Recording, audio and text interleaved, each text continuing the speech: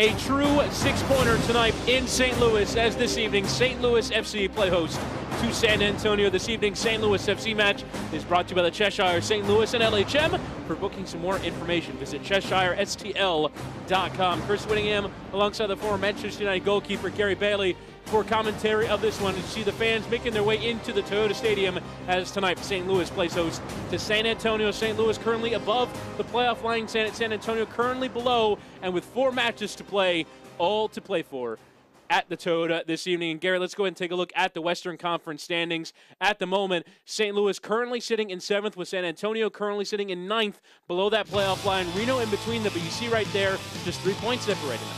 Yeah, this is a classic cup final, 6-pointer. Call it what you want. Reno have those 2 games in hand. Let's just assume they win one of them. They're on 48 points. So really, this is a battle for 8th place between St. Louis and San Antonio. And bear in mind here, Chris, that San Antonio's final 3 matches are all at home. That means this is a must-win, or at least, at worst, a draw for St. Louis tonight. And San Antonio had a 6-pointer on Wednesday night that they lost to Swope Park Rangers by 2-0. And that has them currently below the playoff line, and that is currently a struggle for them at the moment. Let's go ahead and take a look at our player to watch. It is presented by Toyota, and for St. Louis FC, it is Kyle Gregg, their leading goal scorer, on 13 for the season. He can make it 14 and equal the St. Louis FC USL record. Oh, he's a superstar, this man. Look, he's good in the air. He gets plenty of goals, headed goals. He's great with the strike of a ball. As you can see there, left foot into the corner. He holds up play well. He's the all-round striker, and that's why he is about to break records there at St. Louis. And he is on 13 coming into tonight with 14. Can go level with Irvin Herrera, who scored 14 for St. Louis in 2016. Coming up next, we'll bring you through our starting lineups and first half kickoff. It's St. Louis FC playing host to San Antonio FC, and it's next.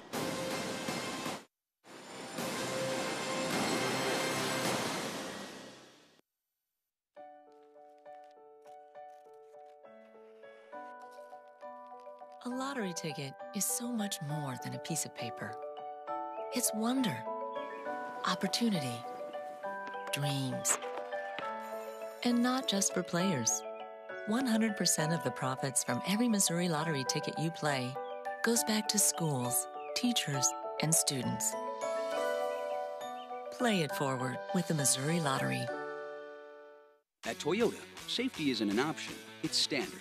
So features like lane departure alert and pre-collision system are always included on every single Toyota RAV4. To get similar features on a CR-V, Honda charges over $2,000. They shouldn't, we don't. Tested, trusted Toyota. Get $2,500 customer cash on a new 2018 RAV4, or get 0% APR financing on a new 2018 RAV4. Find your Toyota at buyatoyota.com. Toyota, let's go places.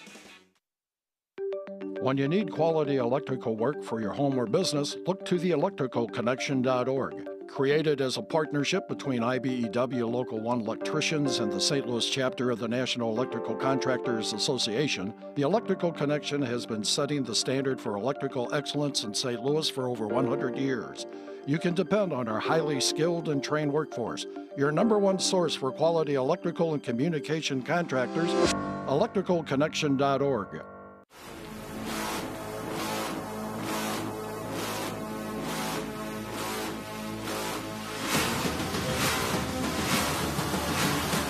Lopped over the top for Takers. What an incredible strike from Kadeem Takers, and doubling St. Louis's lead. Michael Cox lays it off. Herzog with a chance. Lays it off for Michael Cox. His first goal. 4-1 St. Louis. Live from the Toyota Stadium, St. Louis FC playing host to San Antonio FC. Select is the official soccer ball of USL. For the latest Select products and special offers, please visit selectsportamerica.com. Chris Whittingham alongside Gary Bailey for commentary of this one. These two teams met in the second match day of the season back in San Antonio, and it went the way of the host. It got started very well for St. Louis. It would be Kyle Gregg who would open the scoring, one of his 13 on the season. Not getting a ton on it, but still enough to make it 1-0 to the visitors. But San Antonio would find the way back for a pair of players scoring on the night who are not in the starting 11 tonight for San Antonio, not even in the squad. First, Mikey Lopez, who is out due to a 10th yellow card on the season. You see him getting the header there in ahead of Sean Reynolds. It's a good finish that, and they're going to miss him tonight. He's been a crucial player for them. And then Chris Turpak, who is now with Nashville SC, getting the header and allowing San Antonio to gain the 3 points on their home opener against St. Louis. These two teams did not face each other in 2017 on account of being in different conferences. Now let's get to our starting lineup tonight. They're brought to you by Schlafly Brewery. Let's start first with San Antonio, who make 5 changes from their midweek contest against Swope Park Rangers, all in that kind of front 6 area. The only holdover is Lance Lang. Yeah, they're missing Ever Guzman up front, their top scorer with 8 goals, so that could cause San Antonio a couple of problems. And as you already mentioned, Mikey Lopez suspended. For St. Louis, 3 changes from the team that lost last Saturday, or that beat Swope Park Rangers last Saturday away from home. Culbertson, Calistri, and Gregg in for Pollock, Jepson, and Michael Cox. So there is your starting lineups, brought to you by Schlafly as you're about set to get ready for kickoff of this one.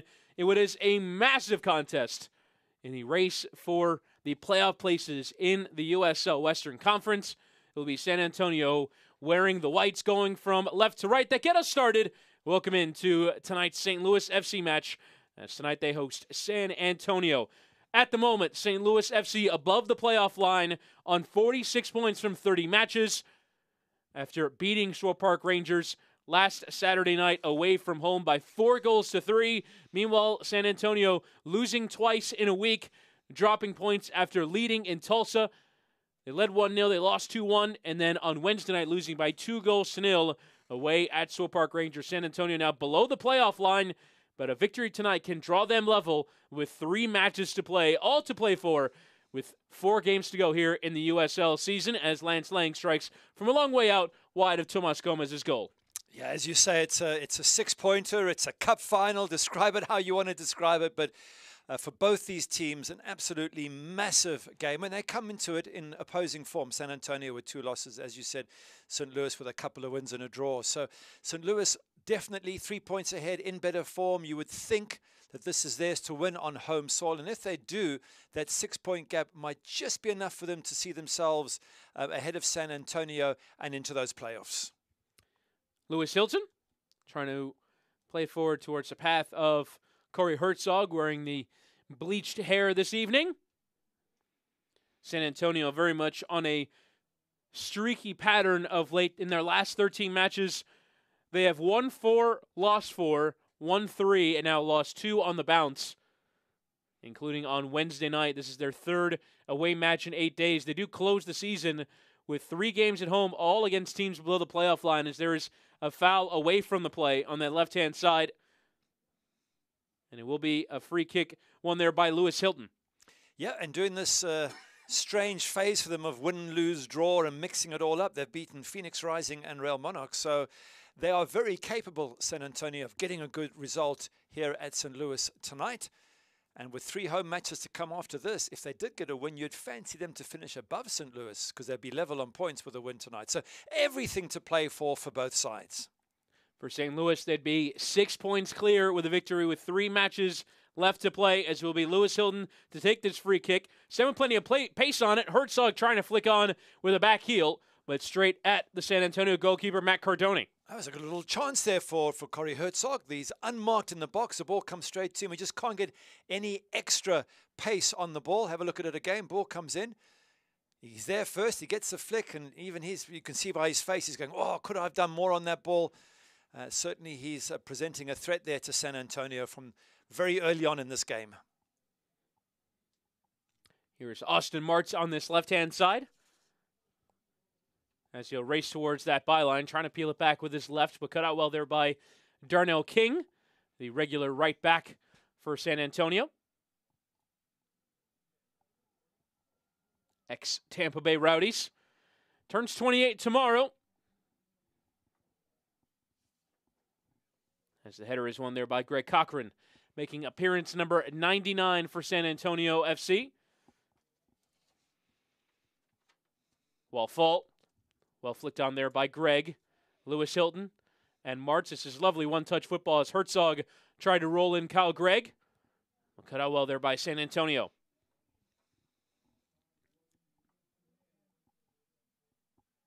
Here's Cesar Elizondo on this right-hand side. One of 5 changes in attacking areas for San Antonio this evening. We were a bit surprised by that. A game of this magnitude that San Antonio would at least want a result from, and that yet they go for 5 changes from the team that played Wednesday. A lot of away matches, the sort of build-up of exhaustion could start to happen, but still, these are huge games, and San Antonio's manager, Darren Powell, trusting his squad. Yep, sometimes you got to do that. Rotation is important. They know the state of the players. They see them in training. They know what it's like after the midweek games, those who are feeling aches and pains and battling with their fitness. So one assumes that they've thought it through very, very carefully. But it's a lot of changes to make, and you would want your best players available to come to St. Louis. And it's just got to hope, if you're a San Antonio fan, that the players that are coming can do the job tonight. Meanwhile, for St. Louis, trying to make the postseason for the first time in club history, can also have a record goal scorer by the end of the evening in way of Kyle Gregg, currently sitting on 13 goals on the season. Needs one more to level Irvin Herrera's record of 14 set in 2016. But for Anthony Pulis, already 12 victories. The most they've had in a USL League season was 9 coming into this year. So already a very successful campaign, and you can tell based off the way that these stands are packed with fans this evening at the Toyota, they're looking forward to seeing their side make the playoffs for the first time in the league. Absolutely, and they certainly have at times deserved that. And obviously, you've got to get it. You can't just deserve it. You've got to get the points. But the way they've played, the goals they've scored, Kyle Gregg and the form he's been in, you would think that there's a good chance of them making it. And if they do, they can cause a lot of problems in this playoff. They really are a good side. I love the sort of Corey Herzog, Kyle Gregg combination up front as Anthony Pulis looks on, and the ability they have to play together. And if you can get Kyle Gregg in, he is such a good finisher. He can cause San Antonio and that big, well-bearded goalkeeper there, Matt Cardone, all sorts of problems. Actually earned Player of the Week the last time San Antonio FC played in St. Louis in 2016. Made 7 saves and saved a penalty in a 2-0 victory for San Antonio back in 2016. So he would like playing on this ground again. Their usual number 1, Diego Restrepo, remains out due to injury. One of 2 major absences in the team beyond the rotation. Restrepo and Mikey Lopez out tonight due to yellow card accumulation. He's now on 10. Here's Greg Cochran on this left-hand side. Will slide on the path of Lance Lang.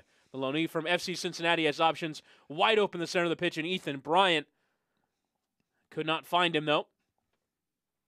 You just mentioned a player that I'm looking forward to seeing more of. Ethan Bryant just turned 17 years of age in August. I mean, that's really young, so what a good talent this kid must be. Signed as a 16-year-old. Is still college eligible as he is not taking a salary, but plays in that number 10 role in a massive match. This is vital experience for a young player as Elizondo goes down, a little coming together with him and Culbertson. And the Costa Rican showing he's up for it. Scored the lone goal in the loss at Tulsa Roughnecks last weekend.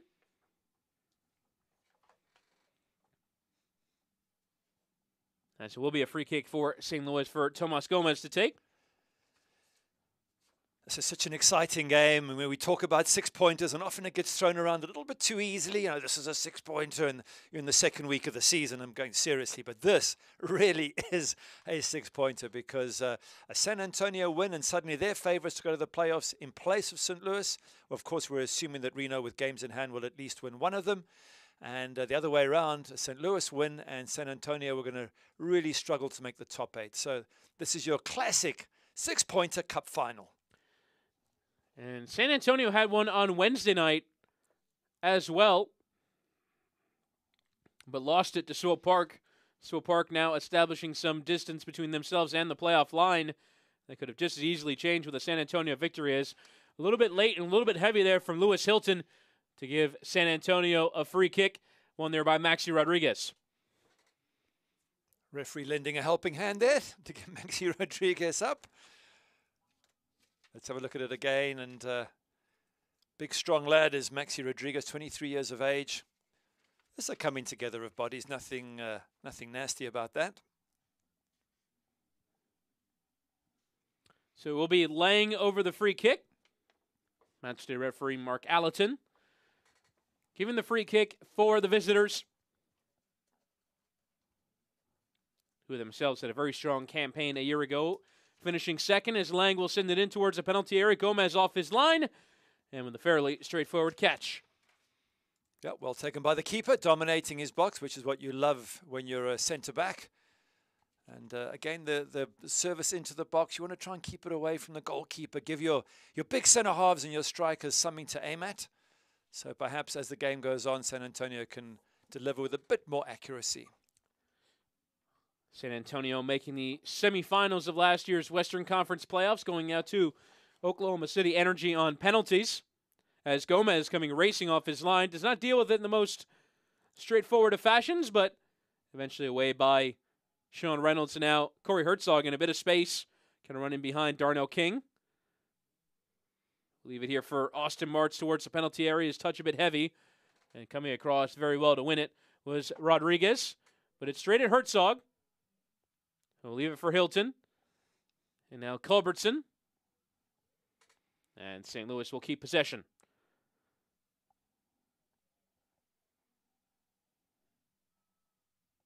There was some lovely good football there from St. Louis, and it all gets wasted at the end, but they played themselves down the line and out of trouble, and they really seemed to play some good football, and then all that hard work and a wayward pass and possession lost. See, there's some of the supporters enjoying what is a gorgeous evening for football. 68 degrees at time of kickoff. Maybe a smart sweater like the one Anthony Poulos is sporting. As Fink will play it towards Greg, and coming through him was Moises Hernandez, the FC Dallas loanee, giving away the free kick. And now Culbertson lofting it towards Herzog, who wanted it played into space. So dealt with there by Hernandez. A little bit of a forearm shove there from Culbertson gives away the free kick. Yeah, you're right. Corey Herzog wanted it into space. The man to hit with the high ball for the head is Kyle Gregg. So Culbertson picking the wrong player out with the cross. But again, it's early part of the game. Everyone just getting a feel for the flow of the game. And I'm sure as we go along, the players will start to get their accuracy a little bit more improved.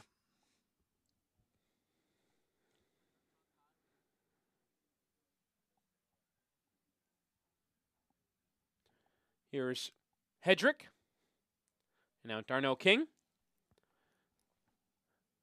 As Maxi Rodriguez will partner with Charlie Ward in the center of the park. You see Rodriguez, the more withdrawn of the two. Now Lang.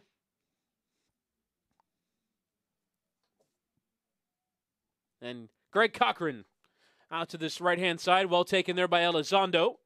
Trying to get around Culbertson. The challenge put in. Now the 1-2 there attempted by King, but a bit too much pace on it. And cleared by St. Louis. If you watch St. Louis there, they got bodies behind the ball. They had two banks of four, and eventually they had the two strikers came back as well. They closed down all the space there. Made it extremely difficult for San Antonio to move the ball around. You can see again these two banks of four. You can see them clearly now. And a lot of hard work being done by St. Louis to make it difficult for San Antonio. Well organized team by Anthony Poulos. Forward there by Cardoni. And now Martz trying to send Kyle Gregg on his way, and Hedrick had to take care of that. Cochran back for Cardoni again. And this time gives it straight to Lewis Hilton. Distribution a bit of a struggle at the moment. Here's Joey Calistri. And now Gregg finds himself in some space. Can roll on the path of Wall-Fall. Wall-Fall into the penalty area. Wall-Fall leaving it there. And it's nearly turned in by Austin Martz. And it just going wide of goal. What an opportunity for St. Louis. Fall could have struck towards goal, instead leaving it for Martz, whose attempt on goal is just a bit wayward. Oh, what a fantastic opportunity that was. Let's have a look at it again. Carl Gregg with the ball through. It's a lovely cutback here to Mart. Could he have taken it with his left foot? Could he have given it to Corey Herzog? Let's have a look at it again. He actually takes it with his right foot here, Austin Mart, who maybe could have gone with his left. And Corey Herzog saying, what about me? I'm here on my own.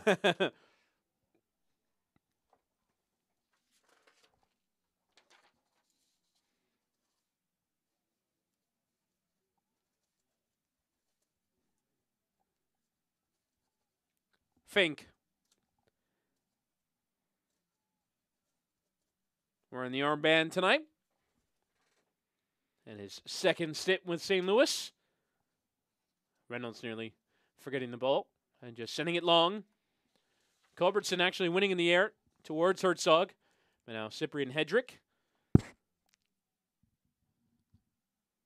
Culbertson with a nice backwards header to leave it for Martz, who returns from a long-term injury, is now Fall. Will try and slide it into his path. Does so successfully. Austin Martz towards Gregg. And just got the wrong ball. It might have even been offside. And it was too close to Cardone. Good chance there. Austin Martz going to lift his head up, and he's got to see where Carl Gregg is and get the weight of the ball right. But very good start here for St. Louis. They're putting a lot of pressure on San Antonio. They're probing around the edge of the box. Look at those green shirts hunting in packs there with a very high press. And they certainly are creating a few opportunities. And now the young Ethan Bryant.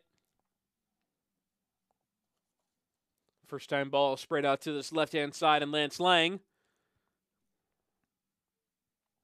assesses his options. One on a recent run of 3 goals and 3 assists in 3 matches. As the strike came from a long way out, and easy work for Tomas Gomez. Yeah, no problem there for the goalkeeper. It's more like a back pass, just picks that up. And they're going to build from the back. But certainly, at least for San Antonio, even if it was a bad shot, at least it's a shot on target, because they've been under the cosh the last 5 or so minutes.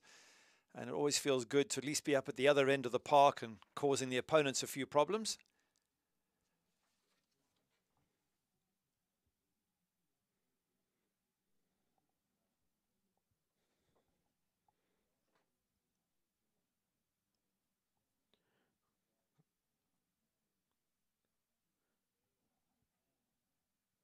Moises Hernandez. Sending it over the top towards Lance Lang on loan from FC Cincinnati. A well-traveled lower division player in the U.S. and Canada. As now the ball is sent down the line. And it just eventually rolling out of play in the direction of Carl Gregg.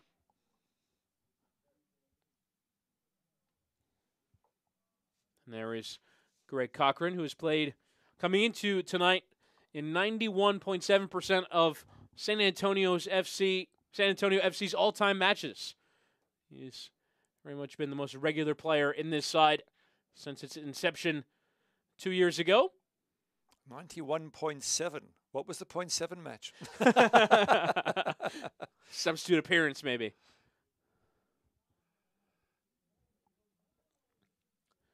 Culbertson. Trying to play it over the top towards Herzog, but dealt with well. Niall Elizondo. So to play a bit more withdrawn as a wide man. Costa Rican.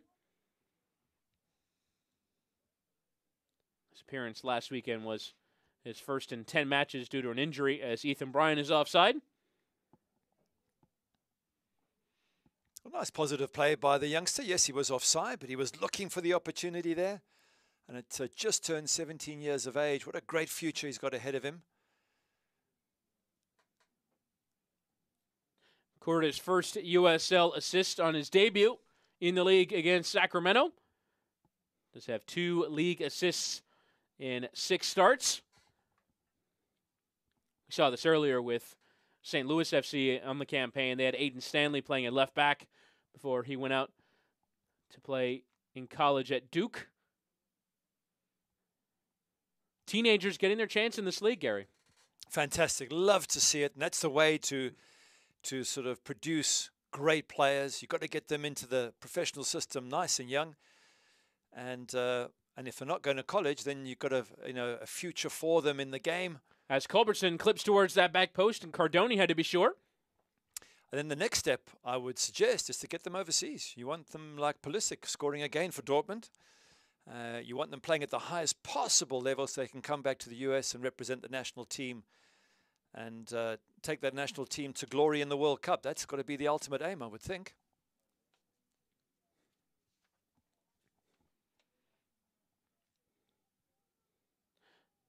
As Culbertson will leave it there for Hilton, who tries to send it over the top and aimless towards Greg. The USL's official Twitter feed keeps you up to date with news, live game updates, and highlights from around the league 24/7. Follow at USL on Twitter.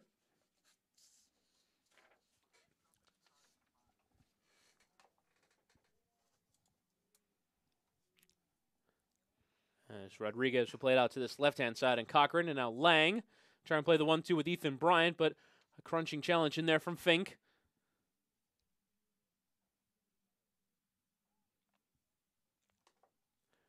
Now Hedrick under a bit of pressure as this evening's match is brought to you in part by Worldwide Technology Experience Silicon Valley in St. Louis.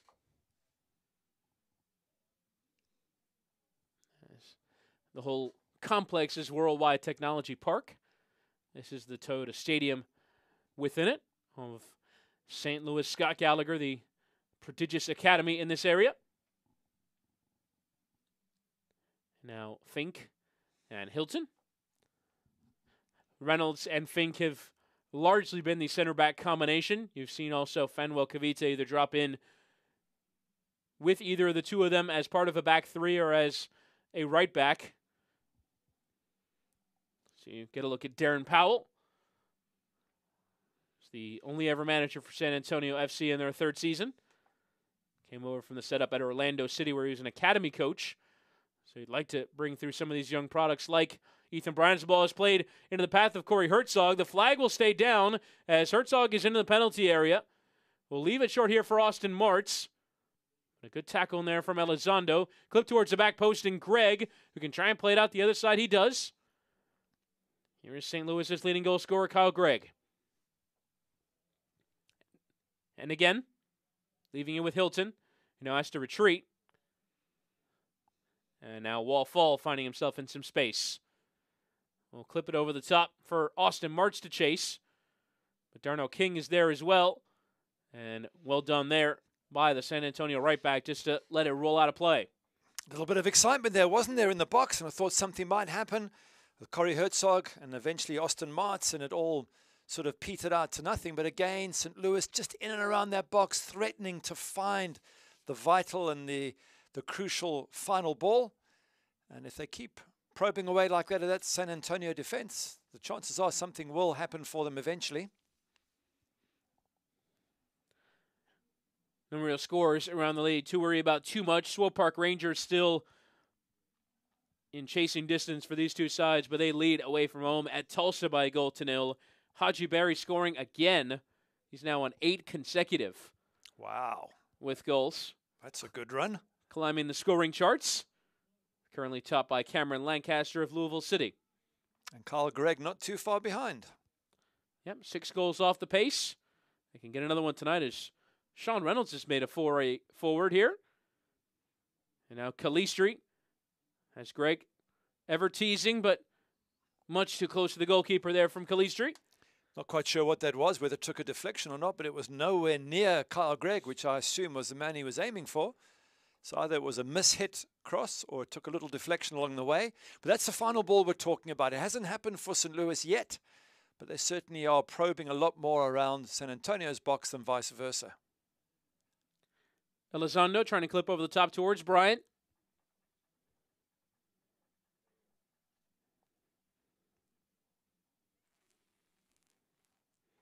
How would you say this first half of the first half has kind of shown what these two teams have in mind for this match?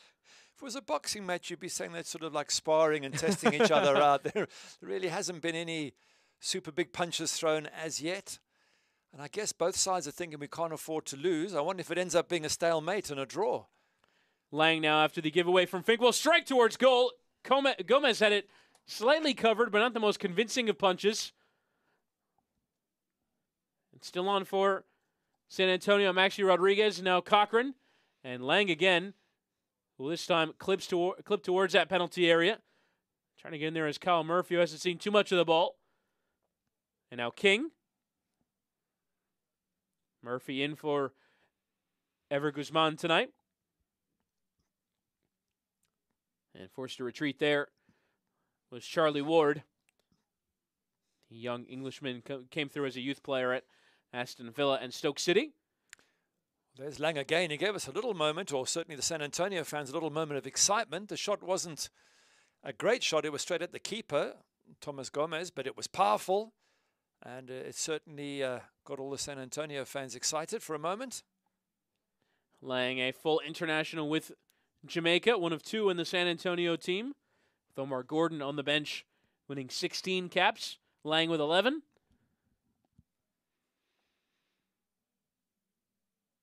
Hernandez.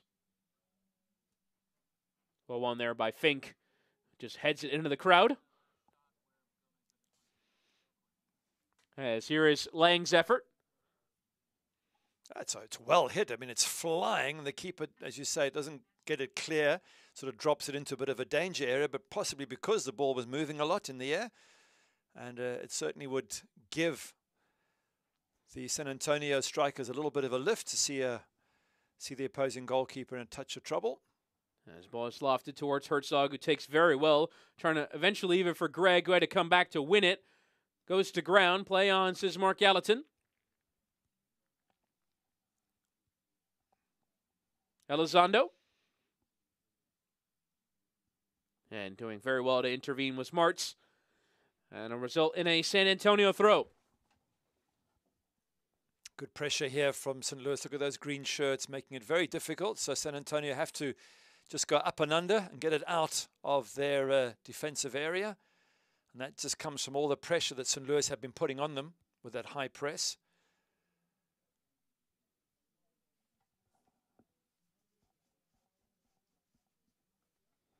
Hilton trying to the long ball over the top towards Calistri. San Antonio have had answers for most of their Route 1 attempts. There they go again. Just the big long ball in the hope that it drops for them. But sometimes when you can't play through midfield because the opposition are closing down that midfield, then that's the only option open to you. And they have the big man up front, Kyle Murphy. So he's a good option to have. And there you see St. Louis FC's next time out at home, taking on Tulsa Roughnecks. This was a game that was called off due to weather. And so there will be a makeup before a home date against Oklahoma City Energy. So 2 games against the Oklahoma sides at home to close season for St. Louis. Before that, an away fixture against Phoenix Rising. That's why this is a must-win game for St. Louis. I think even a draw is precarious because going away to Phoenix and getting a win, not easy to do. That's a fantastic Phoenix Rising team. So if you're a St. Louis fan, you say, let me get the win today, and then I've got a 6-point gap. As Thomas Gomez deals with that, I've got a 6-point gap. And then if something goes wrong at Phoenix, we've still got 3 points to play with and 2 home games to come. Meanwhile, for San Antonio, 3 home matches against teams all below the playoff line. Home with Seattle Sounders 2, home with Las Vegas Lights, and home with Rio Grande Valley. You'd expect 9 points from that. I mean, nothing's a guarantee in this league, but certainly given the urgency of those matches. And the fact that those 3 teams can't make the playoffs, and maybe they'll be trying out youngsters in different formats. So if that's 9 points for San Antonio, again, it shows you why, from a St. Louis perspective, getting a good result tonight is an absolute must. This ball is lofted towards Greg. And Greg Cochran positionally has been well placed, as it is a foul against Joey Calistri. Joins after season on loan in Tulsa.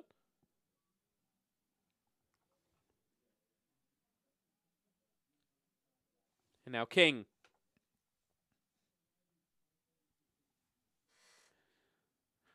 San Antonio in their 3rd match in 8 days, all the way from home. Difficult section of the fixture list. Making some squad changes tonight, as it's towards Bryant, but it's more towards Lewis Hilton in the end. And now Gregg and Calistri, as the whistle had gone for a free kick first. Yeah, a bit of a shove on the back of Carl Gregg. The referee deems it enough to give the free kick, so it just takes a little bit of pressure off, gets St. Louis in control of the ball and able to push their players forward. But all the changes San Antonio have made, you've got to say, in fairness to them, they've looked pretty solid. Yes, St. Louis have had a couple more little probing opportunities around the box, but it's otherwise a fairly even game. So maybe Coach Darren Powell has got his lineup right in terms of rotation. King.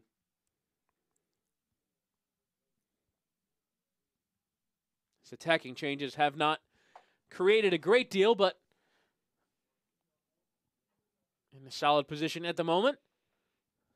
Certainly stopping St. Louis from doing a ton. Now here's Lang, who would certainly be the inspiration, you have to say, of the players in attacking areas. He's had a very interesting career. Seems like everywhere he's gone, he's kind of created that initial burst of excitement as a real flair player, but has struggled to really stick anywhere. Had it here in San Antonio with a goal and an assist in 3 matches running. Certainly will be looking to hold that place on that left-hand side. Trying that long ball again, San Antonio. Frustration, yeah, I think that's what probably Darren Powell's saying is keep possession of the ball, try and play through the midfield, try and slot the ball on the ground through to Kyle Murphy instead of these long high balls that aren't really producing much. And Kyle Murphy has been starved of service tonight, making his 15th appearance, just his 6th start. Was the leading scorer for Rio Grande Valley last season in USL with 7. This has really been Ever Guzman's show in terms of the goal scoring. He has 8. And now Tony Walls flying forward down that right-hand side. Has played some central midfield this year, but on a run of games at right back is Wallfall. We'll leave it short here for Lewis Hilton. As Culbertson available, he'll play him in. He'll hit the first-time cross. A decent one towards Herzog, whose header had some power, but always wide of the target. Yeah, it's well wide of the target. I just wondered from there if he could flick it on because he had Carl Gregg, another striker with him. If he flicks it on, maybe the ball goes to them. Let's have a look at it again. In from Culbertson. The header, decent, but as you pan out wide, well, you can't see it there. There were 2 more green shirts just behind him. So difficult to beat the goalkeeper from that angle.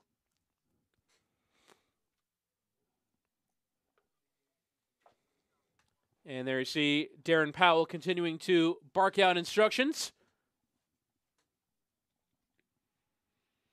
Well, from Darren Powell's point of view, I mean, this could, the entire season could rest on this match. Yeah, you know, a for, win for both sides. You'd have to say. Both sides, yeah, absolutely. So for the coaches, there's a lot of pressure. You know, for Darren Powell, he wins here, and he's got 3 home matches against lowly opposition. He can be very confident of making the playoffs. Lose and you've got a very difficult situation. Draw and maybe it's 50-50 from there.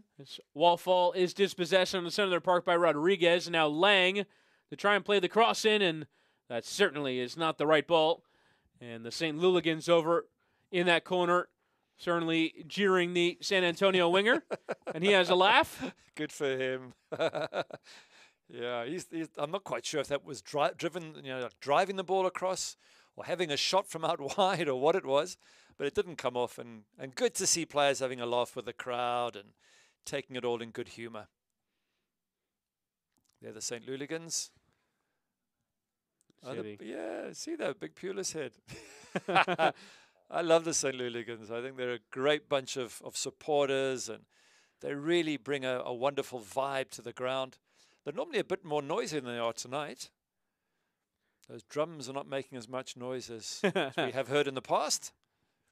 Still really pleasing to see almost the entire section on that far side filled with fans. I wonder if that sense of importance is felt about this one. This basically determines their playoff lives as Herzog trying to flick it to himself.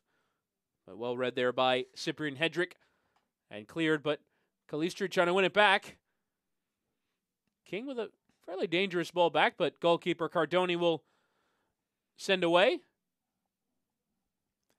Once again, not much for Kyle Murphy to deal with there. On his own up front, high ball gets cleared by the St. Louis defense. And Kyle Murphy must feel at times he's like in a tennis match, just watching the ball go over back and forth. The goalkeeper might have more touches of the ball at the moment, you'd have to say, as Culbertson again gets a little bit taken out of him. Yeah, nothing in that really, but Culbertson playing it very cleverly, gets the free kick and forces the referee to have a little word with Kyle Murphy, saying it's the second time you've done this, and although they're not big, I'm adding them up one by one, and eventually it's going to get you the card. So it's clever because Culbertson's limited the impact the big man can have now. He's got to be extremely careful when he challenges for the next high ball. Lovely bit of skill there from Culbertson. And now Fault and Calistri.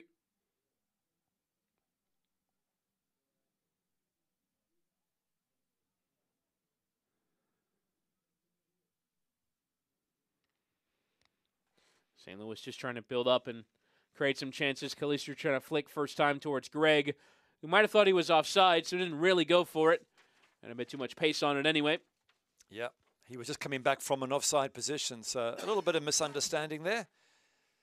But you get the sense, or I get the sense anyway, that St. Louis are just dominating this game a bit more, making it difficult for San Antonio to play out, pressing as they are now with quite a few green shirts in that San Antonio half. They look the more likely to get the breakthrough at this moment in time.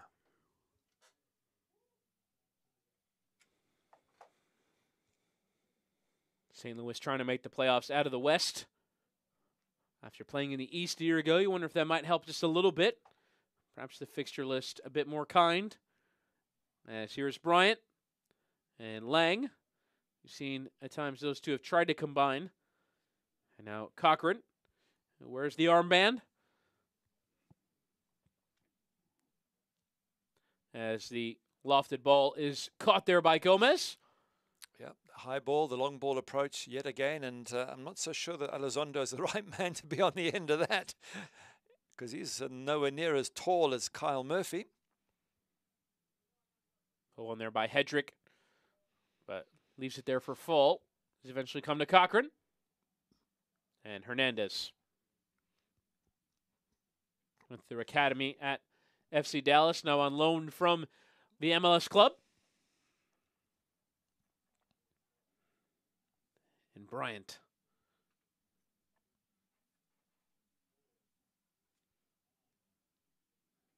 And King. Here's Ethan Bryant again. See, touch of class on the ball. Now Elizondo trying to, outside of the boot, play it towards Kyle Murphy. And now Bryant leaves it for Darnell King, the San Antonio leader in assists, flying down from that right back position. Will now leave it for Charlie Ward, but gave too much of it there. And now Herzog, a touch around the defender. He'll carry on his way, Corey Herzog, who goes down on the way to the challenge here from Hedrick and wins himself a free kick. Well, that just ended a very good spell for San Antonio, and it was the youngster Ethan Bryant who was pulling the strings there and probing around the box. Much better. They're in control of the ball, San Antonio. But eventually, this little coming together of shoulders and a free kick given away, and the pressure now over for St. Louis, and they can play back out again. But certainly, I'm sure Darren Powell will be much happier with the way San Antonio were those last couple of minutes, playing the ball, using their skills, and trying to get their big men into the box with balls to their feet as opposed to everything in the air.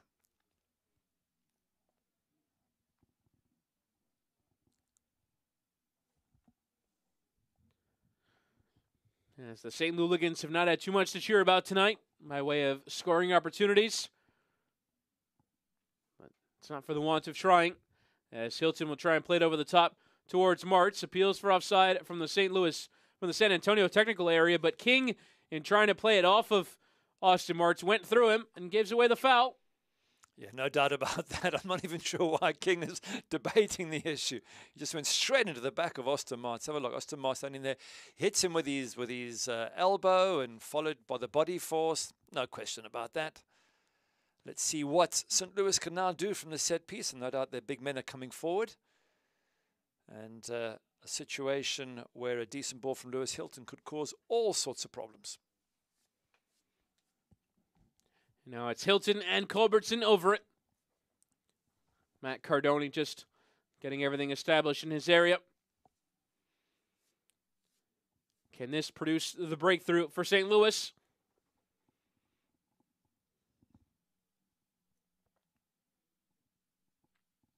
And it is Lewis Hilton to send it low through. Herzog trying to get something on it towards goal. And he was the one who made the touch, but harmless in the end and out for a goal kick. Yeah, I think he had two players on him, Corey Herzog there. It was very difficult to get to the ball first and to direct it in any particular direction that he wanted. Let's have a look at it again. And you'll find that there's two white shirts on him there as he's going for the ball, and they stretch, and eventually it comes to nothing. So a nice idea, but in the execution, didn't quite work out for St. Louis.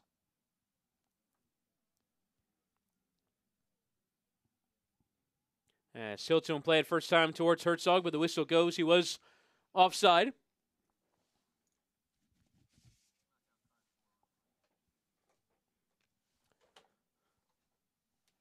Still a 0-0 as we near on 40 minutes played. Sure to visit one of the 7 local St. Louis area Toyota dealers today. Toyota, of course, with their name emblazoned on this stadium. Yeah, you mentioned the scoreline of 0-0. I guess if you're neutral, you want goals. You want goals from either side. Let's just get this match to life. But for both these teams, so much at stake. Neither team wants to make the error. Neither team wants to fall behind. But I reckon if one of them did, we'd have a really exciting game on our hands.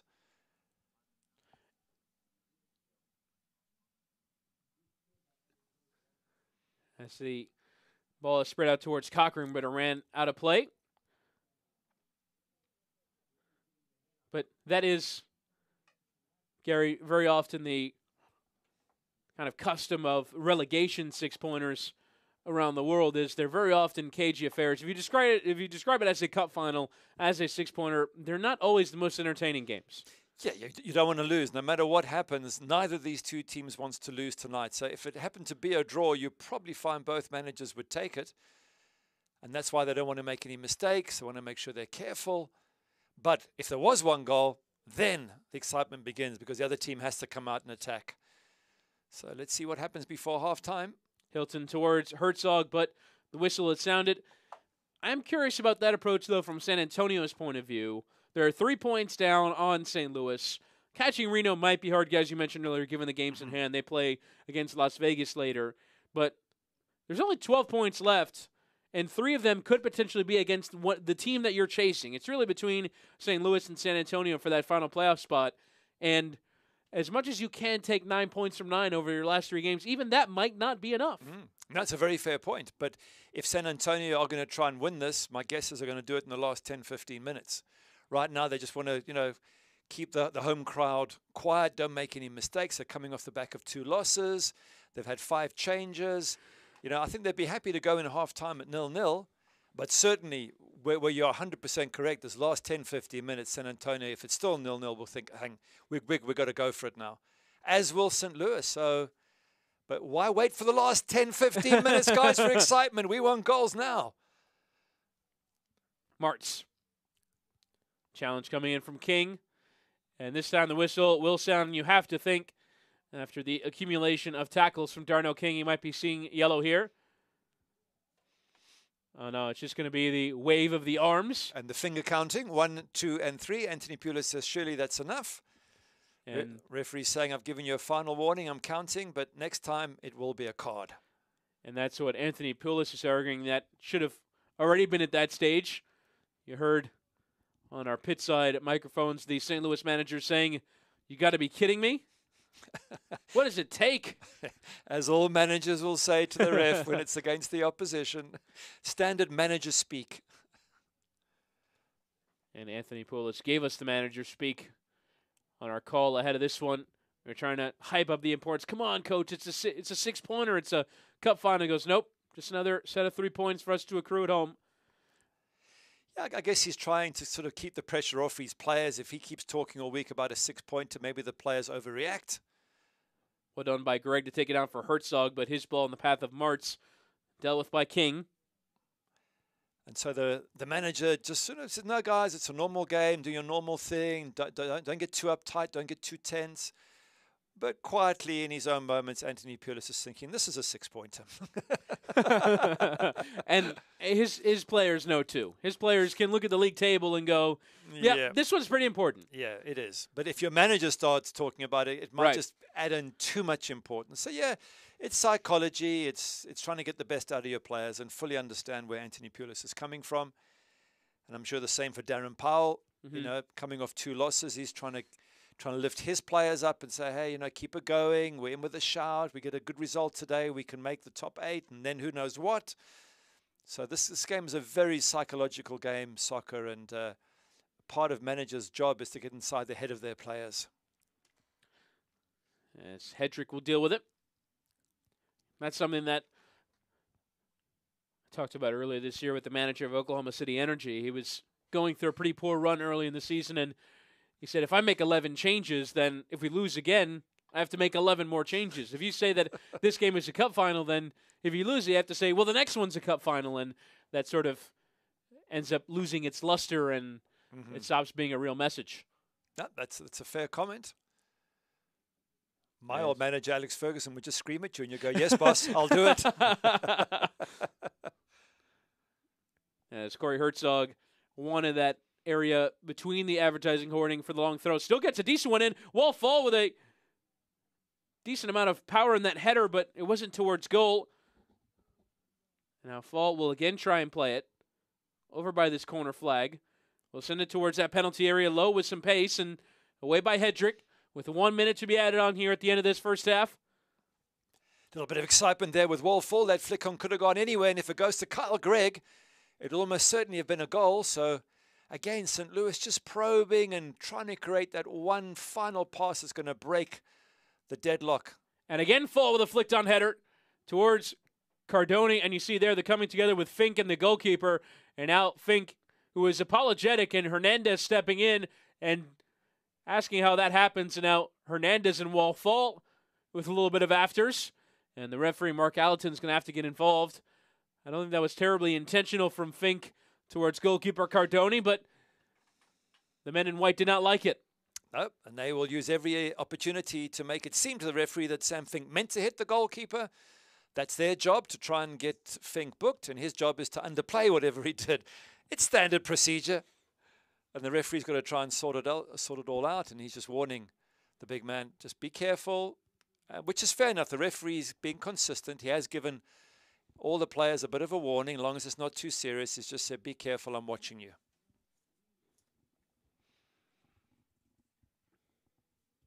Anthony Pulis probably wondering whether at some stage he should bring on subs in the second half and who could get that breakthrough that, to be fair, I think St. Louis deserve. They certainly have had a lot more chances than San Antonio.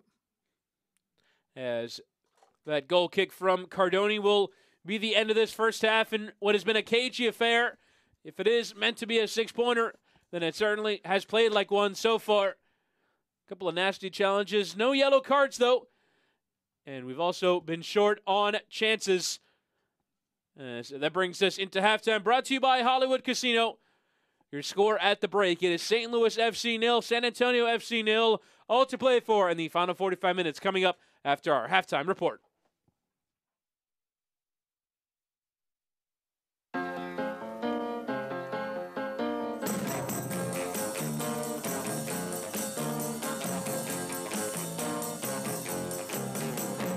Best things in life are free, but you can give them to the birds and bees. There's really only one place where the carpets are always red and the stars are everywhere you look. There's no place like Hollywood. Hollywood Casino, St. Louis. When you need quality electrical work for your home or business, look to theelectricalconnection.org. Created as a partnership between IBEW Local 1 electricians and the St. Louis chapter of the National Electrical Contractors Association, the Electrical Connection has been setting the standard for electrical excellence in St. Louis for over 100 years.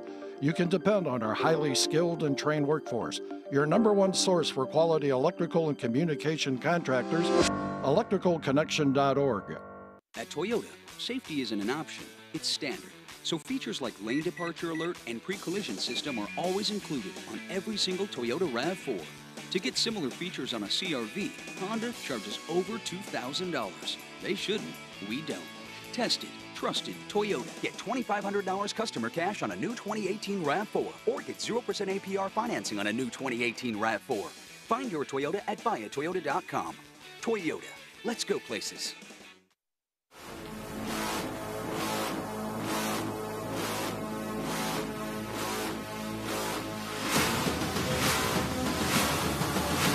Ball is lopped over the top for Takers. What an incredible strike from Kadeem Takers and doubling St. Louis's lead. Michael Cox lays it off. Herzog with a chance. Lays it off for Michael Cox. His first goal. 4-1 St. Louis. St. Louis FC 0, San Antonio FC 0 at the break. The St. Louis FC U14 Academy had a bye last weekend, but as you'll see in tonight's edition of the Hollywood Casino Halftime, they found a great way to make the most of their time off. Take a look.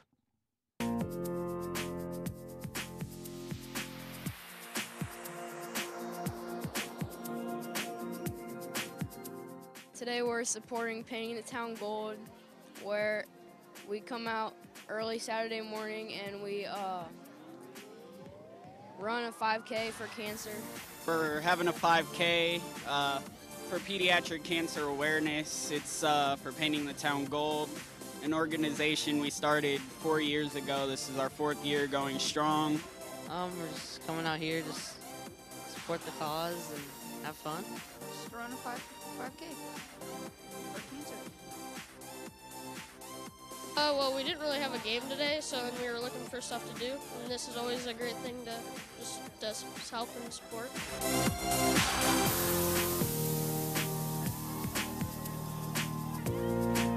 One of our families work with them. Their older kid, when in 2011, was diagnosed with cancer, and this is an organization they've been working since then after his successful recovery.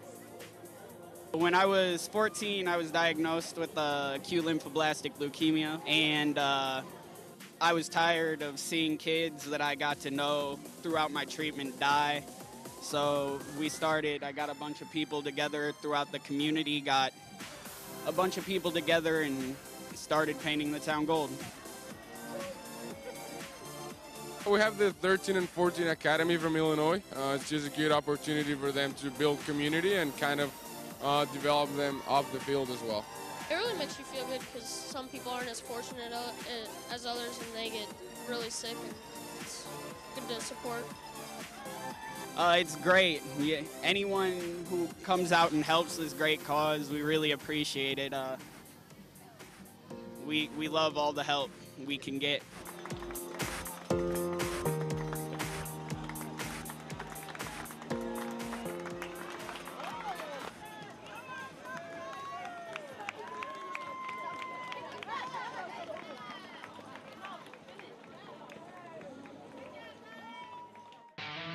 There from the St. Louis FC U14s is coming up next for St. Louis. A difficult one, Gary, away from home against Phoenix Rising, who at the moment are on their way to making it 6 wins from 7, away to Colorado Springs to lead by 2-0. This is a very tough match. It is a very tough match, and St. Louis won't want to lose today and have to go there and get a result. That's why the next 45 minutes are so absolutely vital for the home side.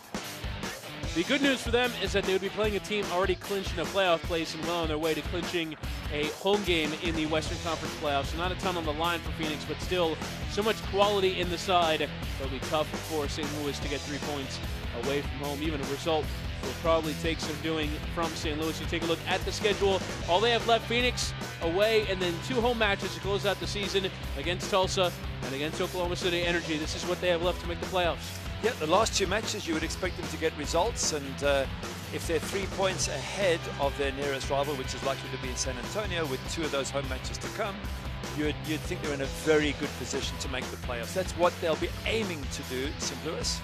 And that is how the table looks coming into the evening. St. Louis 3 points clear of San Antonio. If this result holds, they remain 3 points clear of San Antonio, but Reno with those 3 games in hand, they play Las Vegas later. They certainly have that chance to climb above them. It really seems at the moment like it's between St. Louis and San Antonio for that final playoff place. It certainly does, and if there is a draw and St. Louis lose at Phoenix, then they'll be level on points, both with 2 home games to come. Then it is a sprint to the finish line. So St. Louis, once again, don't want to be in that position. This is their home match today. Therefore, it's a great opportunity for them to get more than a draw. But again, your score after 45 minutes, it is St. Louis FC 0, San Antonio FC 0. Now let's take a look at the best from around the United Soccer League.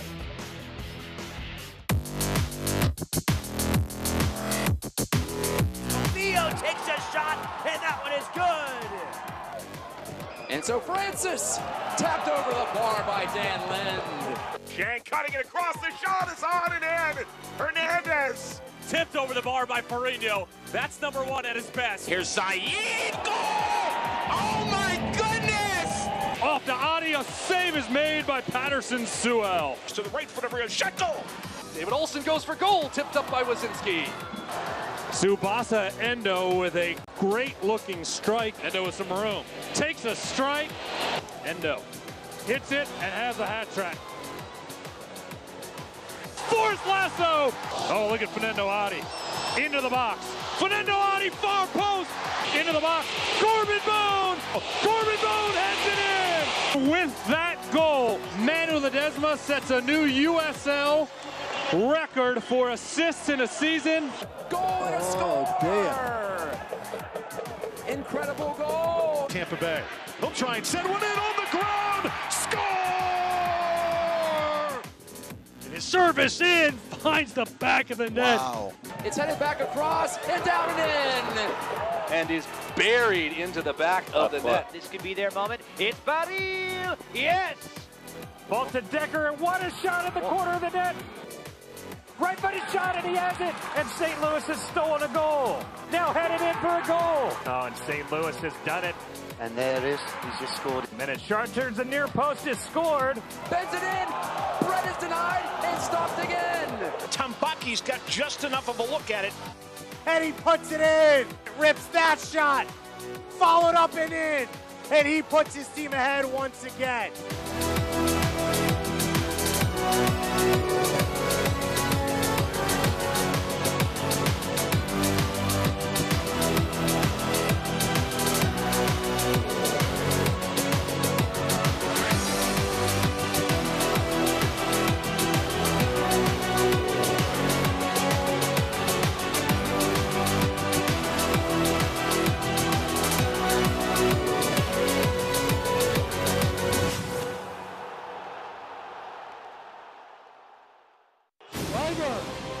It's in!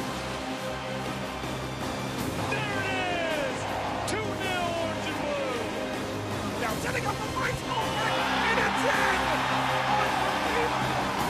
Manu Ledesma does it again! Saved by Newman! Spagenberg with a diving save! Putting on a show today! And that is our ESPN 3 match of the week.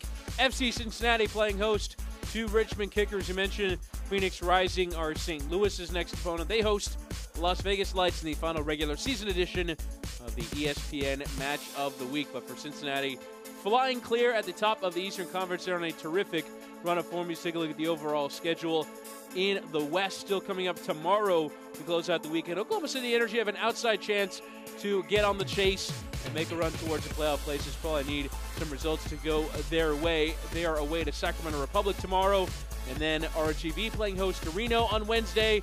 Orange County playing host to Las Vegas Lights on Wednesday. And for St. Louis, back home again against Phoenix. Take a look at the news and notes from around the league. USL making a big announcement on Tuesday at 1 p.m. Be sure to check out all of the USL social channels on Twitter at USL, Facebook.com/USL Soccer. So be sure to stay tuned at 1 p.m. for a major announcement. Haji Barry, you see there with a goal in 7 consecutive matches, now with 8 on the bounce after scoring tonight for Show Park Rangers away from home against Tulsa Roughnecks. That game, though, is 1-1 with 20 minutes to play, and Las Vegas Lights and El Chelis parting ways after Las Vegas Lights have had a rough go of it in their first season in the league. They certainly have, and watched a few of those games. We've commentated on them, and Las Vegas haven't done themselves any favors the way they've played. It's exciting, and I love watching them. But sometimes taking a few risks, and it hasn't paid off. So, pity to see the coach go. Maybe somebody else can come in and get Las Vegas to where they belong. You do see teams in USL hit the ground running from their expansion season. A bit more of a struggle for Las Vegas Lights. Certainly on the field, off the field, a measure of success for them.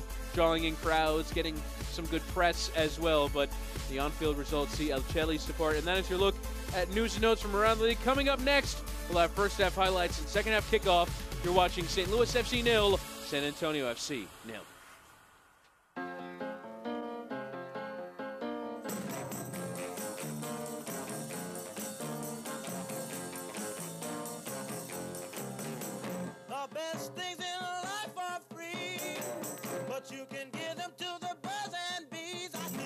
There's really only one place where the carpets are always red and the stars are everywhere you look. There's no place like Hollywood. Hollywood Casino St. Louis.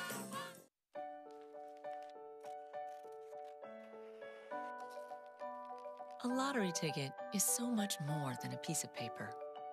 It's wonder, opportunity, dreams. And not just for players. 100% of the profits from every Missouri Lottery ticket you play goes back to schools, teachers, and students. Play it forward with the Missouri Lottery. At Toyota, safety isn't an option, it's standard. So features like lane departure alert and pre-collision system are always included on every single Toyota RAV4. To get similar features on a CR-V, Honda charges over $2,000. They shouldn't, we don't.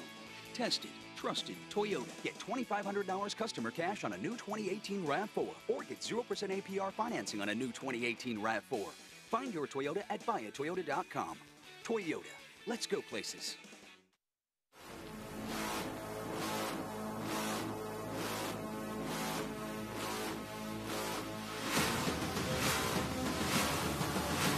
Oh, it's locked over the top for Takers. What an incredible strike from Kadeem Takers and doubling St. Louis's lead. Michael Cox lays it off. Herzog with a chance. Lays it off for Michael Cox. His first goal. 4-1 St. Louis. St. Louis FC 0, San Antonio FC 0 in the Hollywood Casino halftime show. Chris Whittingham alongside the former Manchester United goalkeeper Gary Bailey for commentary. This one, let's go to get to our first half highlights. Not a ton by way of scoring opportunities, but we managed to put this together. This is probably the best of them. You'd have to say Kyle Gregg in the path of Wall Fall. We tried to peel it back for Martz, but just didn't quite come off. It didn't. Austin Martz hitting it with, I think, his wrong foot. And Corey Herzog saying, hang on a second, I was available. This one is a Lang with a shot that Gomez gets behind. Deals with effectively enough, and it wasn't much more than that, was it? There was a wayward header there from Corey Herzog. And there's a lot of probing around the box by St. Louis.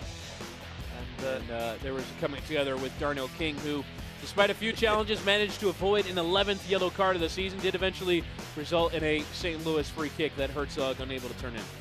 Yeah, that's been a lot of huffing and puffing going on, but this is now where all the action's got to take place. 45 minutes for these teams to give themselves a good chance of making the playoffs, and if it stays level, then it's going to be a real sprint to the finish line, and we're not sure how it's going to turn out. Certainly, with the extra 3 points, St. Louis might be favorites, but they've got Phoenix away next match, so a draw leaves it too much for both sides. It leaves it too much in the lap of the gods.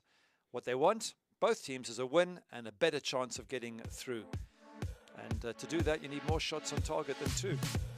Yeah, for sure. Both of these teams with a combined 4 shots on target, possession slightly favoring St. Louis, but a lot of long ball route one that hasn't really come off yet.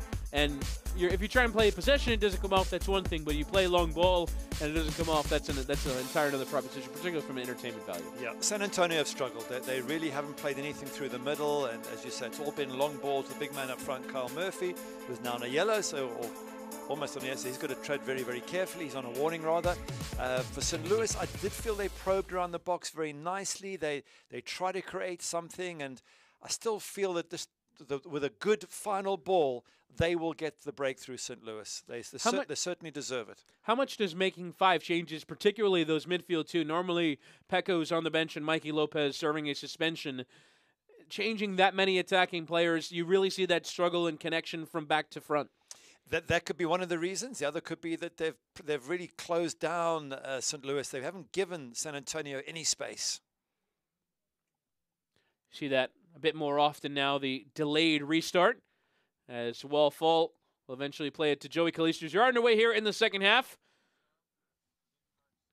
Joey Calistri winning the throw, as we did have a change at the break. It is Kadeem Dakers who comes on for Austin Martin. Gary, we were positing who could come on for either of these teams, and Dakers was the first name on your mind, Gary. Yeah, he was. He scored a fantastic goal. We saw that at half-time, but he's such a good player and such a creative player around the edge of the box. And tries to get into the play straight away. His first-time ball over the top. As that change was brought to you by G&W Meats. Yeah, and there's a couple of other options for St. Louis. Albert Dikwa and Michael Cox, both good goal scorers. And Dikwa in particular, I think, is a superb player. So it's up to Anthony Pulis how he sees the second half go. But it's a positive step to make a change. And I think it sends a signal to the rest of the St. Louis team. Hey, guys, first half not good enough. Let's take it up a notch.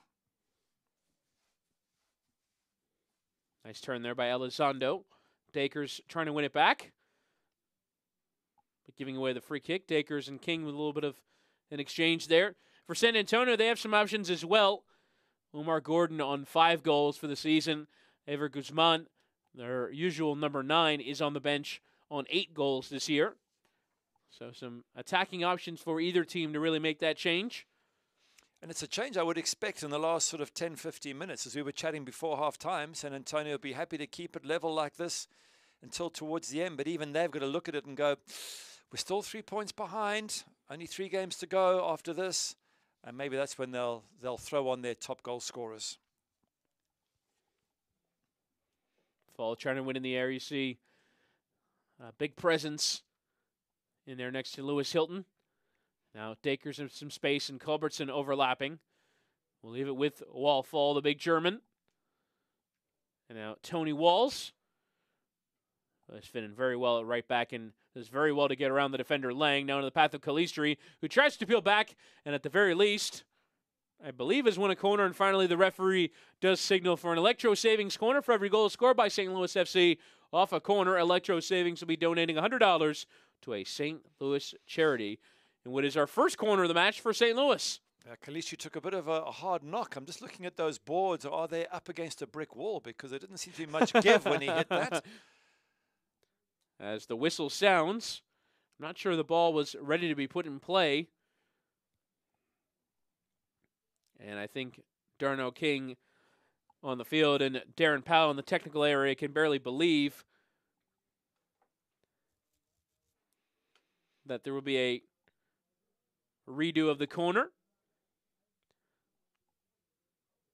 I'm not quite sure why that was, whether they were too close to the ball, somebody, or whether the referee was still talking to someone in the box and hadn't signaled that the corner kick could be taken. But they get a second chance, St. Louis. So we have the left boot of Culbertson to swing it in. And it's lofted. It's a dangerous one towards the edge of that 6-yard area, but winning well there was Cyprian Hedrick. Now Culbertson and Hilton. And this time Culbertson will just loft it in towards that area again. Hedrick across. Or rather, it was King that time. And Greg Cochran putting it out of play for a throw-in for St. Louis. Good early pressure here from St. Louis. They're coming out with a purpose. That's to get at San Antonio, put them under as much pressure as possible. And it's a nice positive approach. And Corey Herzog now will have the full leeway to launch in a long throw. We've seen St. Louis profit off of these before. As Fall just trying to get anything on it. Certainly had the height to win it. He thought he won a corner. After it came off of, in his mind, a white shirt, but does come out for Matt Cardone and take a goal kick.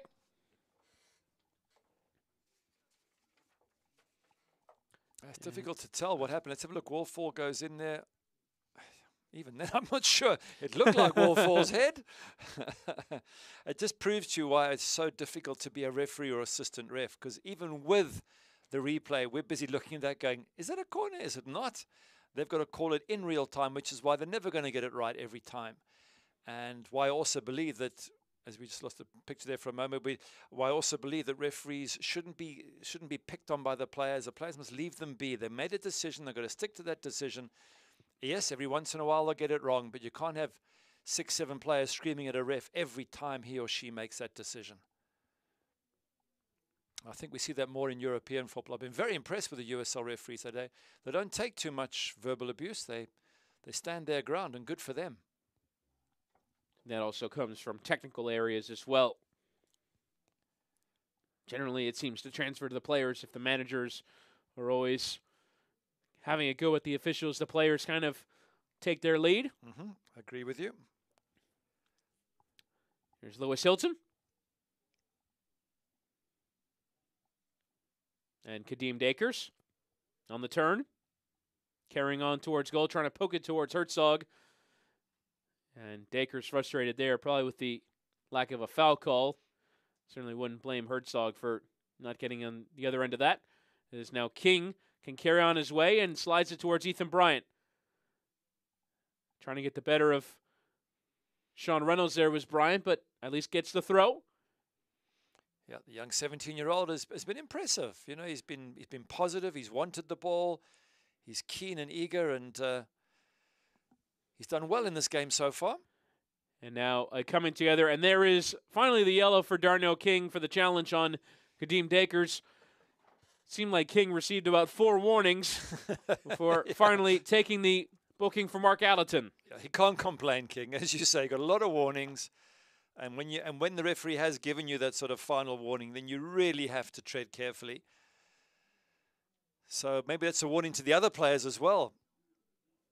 I'm not quite sure what Anthony Pulis is arguing about. Maybe just confirming it is a yellow card. No, I believe he was saying how many fouls has it been tonight from him. I believe he was arguing that should be a second yellow based off the number of fouls that he committed in the first half.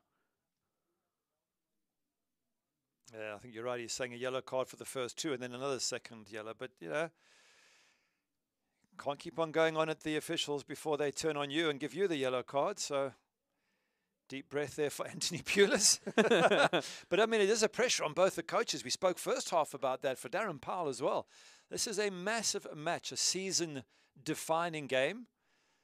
A real 6-pointer, a cup final, describe it how you want, but it is all those things. A high-stakes game of football.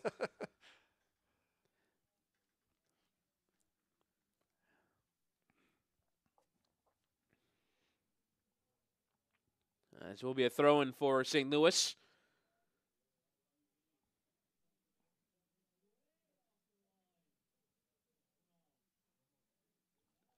Sam Fink.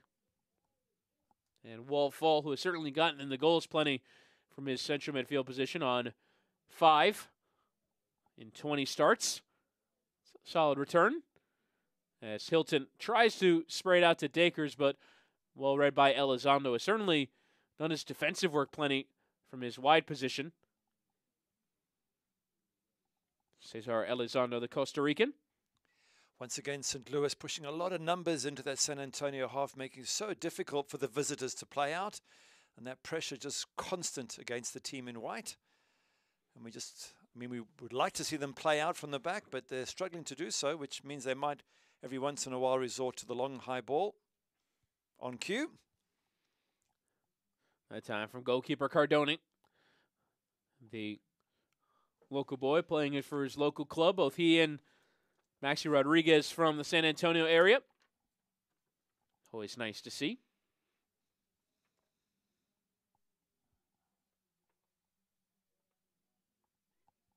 See Tomas Gomez in goal for St. Louis. Twice winner of the USL Golden Glove with Rochester. Times you've seen it this season that might just have been a product of the terrific defensive system of Bob Lilly, now the Pittsburgh Riverhounds manager, who has that side defending very well. Gomez struggled a bit at times this year, as now Ethan Bryant finds himself in some space to try and test Gomez. He'll send it low through. It was towards Kyle Murphy, whose name we have not said a ton this evening. Unable to get on the end of that bit of service, but Bryan will carry on. Yeah, well done, Ethan Bryant, the youngster, causing problems down that right-hand side. Now Elizondo will try and do the same towards Murphy, this time away by Fink. Only as far, though, as Maxi Rodriguez, who strikes towards goal, but never really threatening Tomas Gomez. Nope.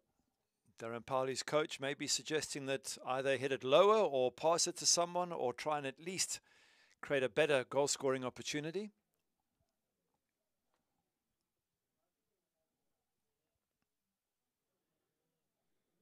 Haven't seen much of Kyle Gregg, have we? No. As you mentioned him, normally he's such a crucial player for St. Louis, always in the thick of things and getting on the end of crosses, but he's been very quiet in this game. I think you put him under pressure early on by saying he's about to break the record, the club record. You think he was listening to the commentary and was like, oh, hang on a second. Got a big night ahead of me. He is on 13 for the season. Players had a decent return in USL, but not quite like what he's done this season. Prior to arriving in St. Louis, 113 league appearances with Oklahoma City, Vancouver Whitecaps 2, Wilmington and FC Cincinnati. 34 goals in 113 appearances.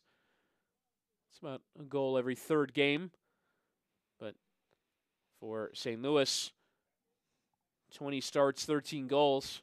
It's a pretty solid return. Wow, that is a good return. Here he is, just winning the ball. I think he's an all-round player. He tackles well, he heads, he sprints. He's got a great strike with his left foot. If you give him service, then he can certainly score goals.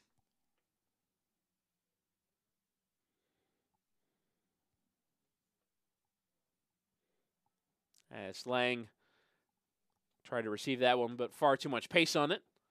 And away for a St. Louis throw.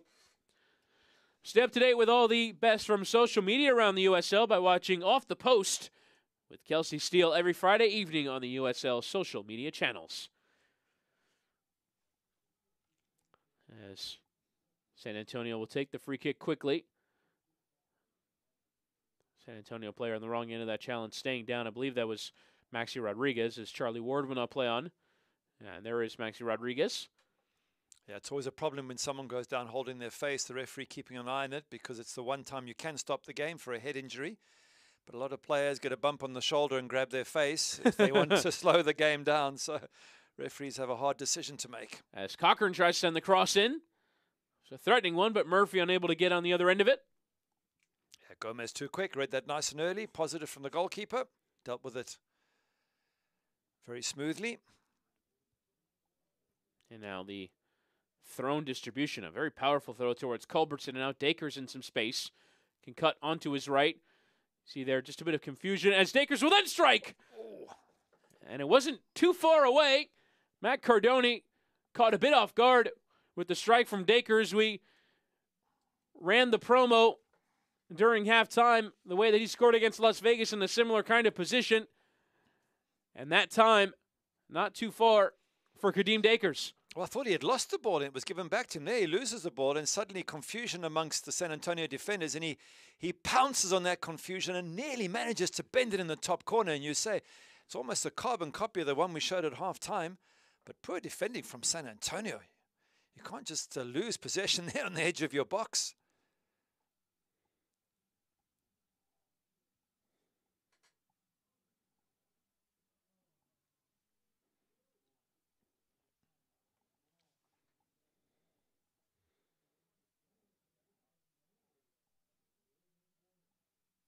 Walls playing it off of Lang.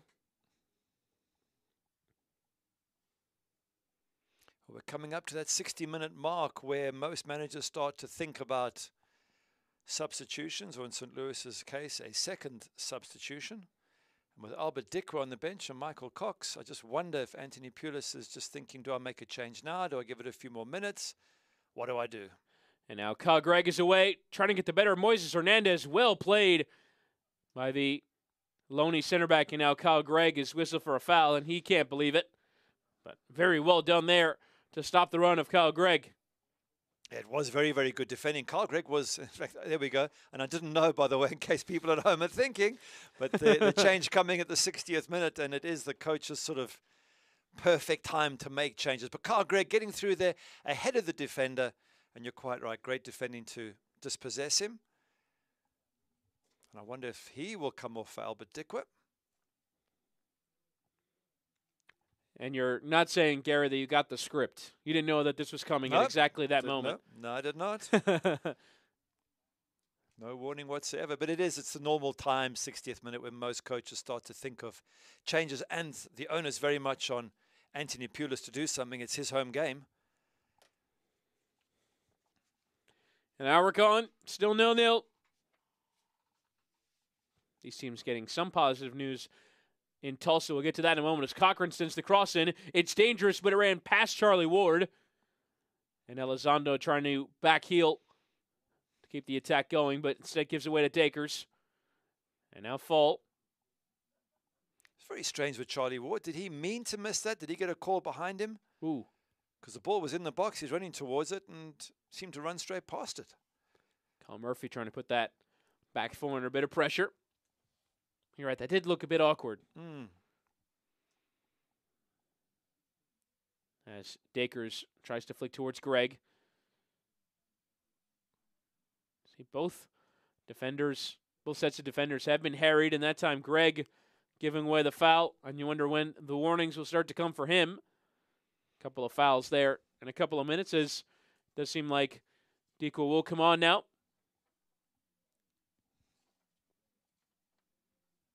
And it is Herzog who will make way. So 2 changes from Anthony Pulis before San Antonio makes their first. And once again, that substitution is brought to you by G&W Meats. Corey Herzog has worked hard, he's worked well, he's probed around the box, but he just hasn't been able to get the breakthrough. And I think as a manager, you say thank you for the hard work and the good effort, but let's get somebody else on who's got a different profile, different pace, different abilities, and see if Albert Dikwa can find the magic goal. And he certainly has the capability. What a good player he is. We have received a full-time score from USL in Tulsa. Finishes Tulsa Roughnecks 1, Soul Park Rangers 1. So now San Antonio has a foul there against Joey Calistri, and this will see yellow a second of the match. And this time it is for Greg Cochran. So both fullbacks have been booked. And a free kick for St. Louis. And that is actually Greg Cochran's first yellow card of the season. Surprising given that his opposite fullback King is on 11. Yeah, it's pulling, and that's going to get you a yellow every single time. No question about that. I think really the question for the referee was it for Cochran or was it for Maxi Rodriguez? Can you give them both a yellow if they're both pulling? I think it just shows that San Antonio are beginning to feel the pressure now, this constant St. Louis, pressure from their side, balls in the box and things on the edge of the box. It starts to tie you down if you're San Antonio, which is why maybe for Darren Powell, he might be looking at his bench and thinking, around about 70th minute, 20 minutes to go, do I bring on some fresh legs, do something positive just to give San Antonio players a boost?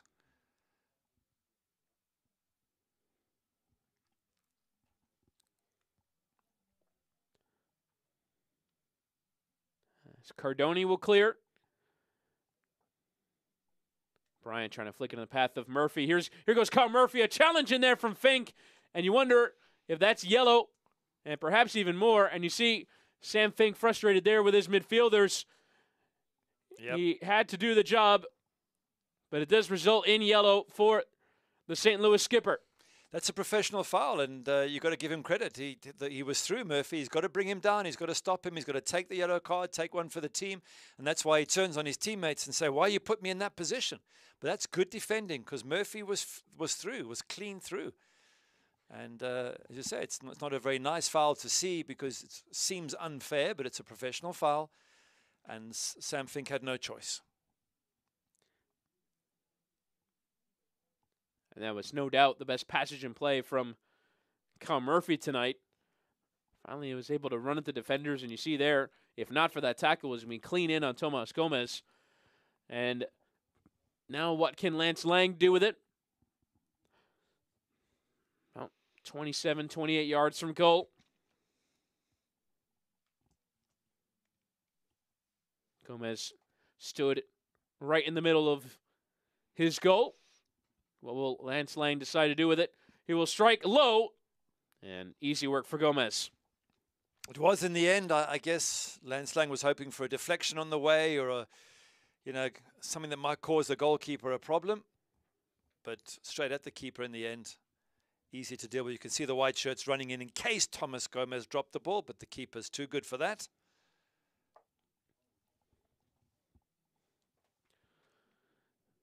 Cyprian Hedrick. Back for Cardone.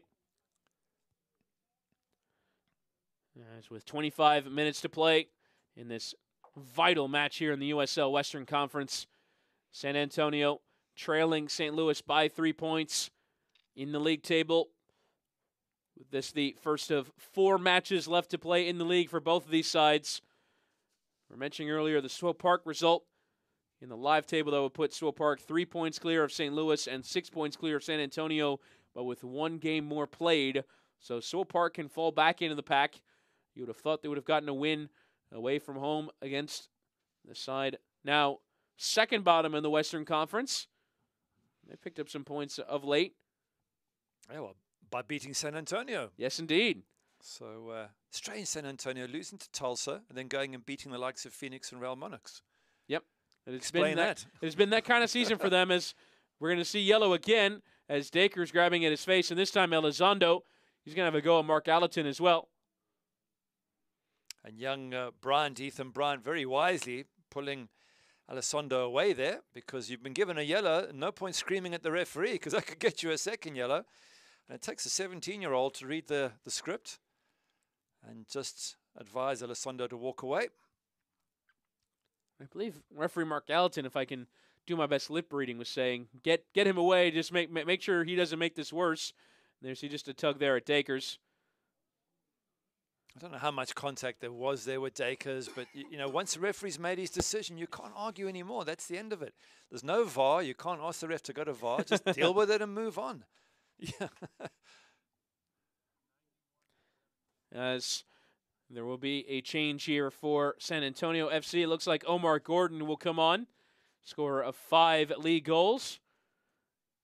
And we've been told that it'll be Kyle Murphy who will make way.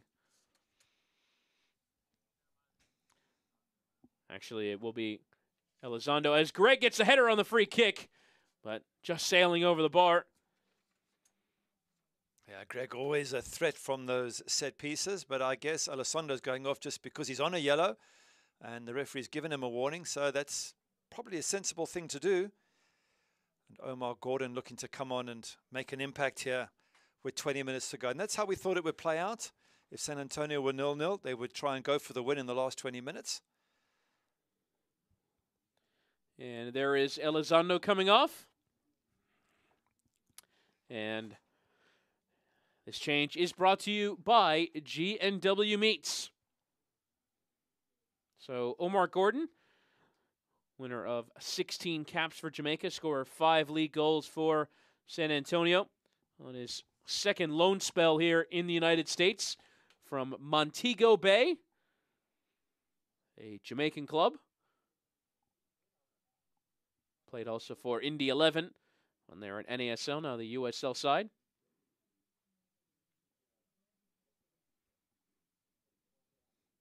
We're coming to such a crucial time in the game here, because any goal scored could well turn out to be the winning goal, and heroes can be made, villains too, so it's a pressure match. Everything now rests on those last 20 minutes.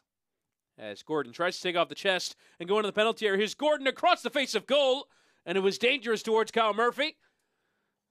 But he too unable to get the decisive touch. Difference already that Gordon's made, that pace of his down that right-hand side. Good ball into the box. And Kyle Murphy nearly getting on the end of it. As we say, this last 20 minutes is a change in attitude. San Antonio are going to push forward a little bit more, try and get the result. And we could still have lots of excitement here. No goals as yet, but it could be a cracking last 20 minutes.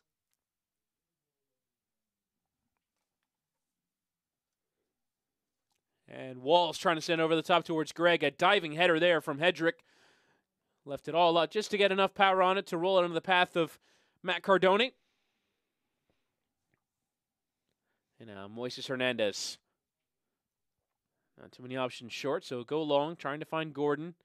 And Culbertson taking off the chest. That was dangerous with Murphy around him, but settle for Gomez. That long ball again out the back from San Antonio. Hasn't given them any results so far tonight. They keep on persevering with it, though. Tomas Gomez making his 16th league start. Missed the beginning of the season due to injury, and then, I have to say, at times lost his #1 shirt due to performance. He and Jake Fenlison, the #2 goalkeeper this evening for St. Louis, have actually started an equal number of league matches this season. A bit rare for a team to literally split the time 50-50. Yeah, well, it's rare, but it does make the goalkeepers have to work really hard and play at their absolute best every time they get in. So perhaps it can work. We're seeing it at Real Madrid with Thibaut Courtois and Keylor Navas. One is a league goalkeeper, one's a cup goalkeeper. As Hilton plays it over the top for Albert Dikwa, who loses out. And will be a throw here for San Antonio, but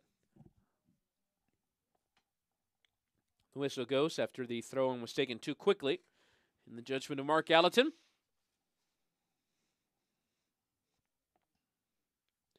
Anthony Poulos in his first year of charge of St. Louis, replacing Preki. Already taken them to their highest wins total, now trying to take them into the playoffs. Here's Gordon. I think you can say he's done a fairly good job, Anthony Poulos. I mean, his team play really well, St. Louis. They're a lovely team to watch. They've got good strike options up front. As the ball is slid towards Murphy. And he's had a few more sights at goal in this second half. That time, Gomez getting there first. Yeah, we're just saying about Anthony Poulos. He's done so well, and yet it could all be for nothing if they can't make this top 8. So I don't think we're overplaying this last 20 minutes when we say the season for both these teams could rest on what happens from now till the final whistle.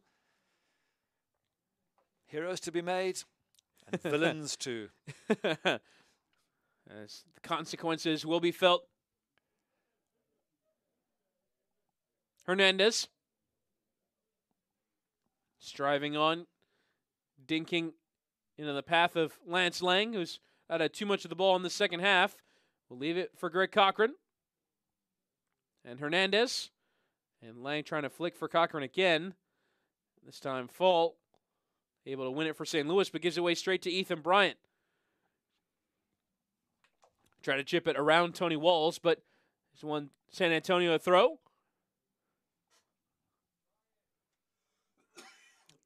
Yep, Bryant trying to get involved. Look at him, positive, comes short, and really good energy the youngster's showing. Maybe a good example to some of the other players in the team, because he's been running and chasing and trying to influence the match as much as any of the top professionals have. Maxi Rodriguez and Cyprian Hedrick. Now here's Moises Hernandez. Cochran will loft it towards that back post, and Gomez up to catch. That's a poor cross. That's just giving it to the goalkeeper. You've got to be more accurate and put it in with more pace than that. And that has been the story for San Antonio. A lot of wasted possession on the rare occasions they have got it. And Greg took too long to get in the path of Hilton. And now here's Ethan Bryant in some space. Will roll in Omar Gordon, perhaps with a bit too much pace. But Culbertson giving San Antonio the throw.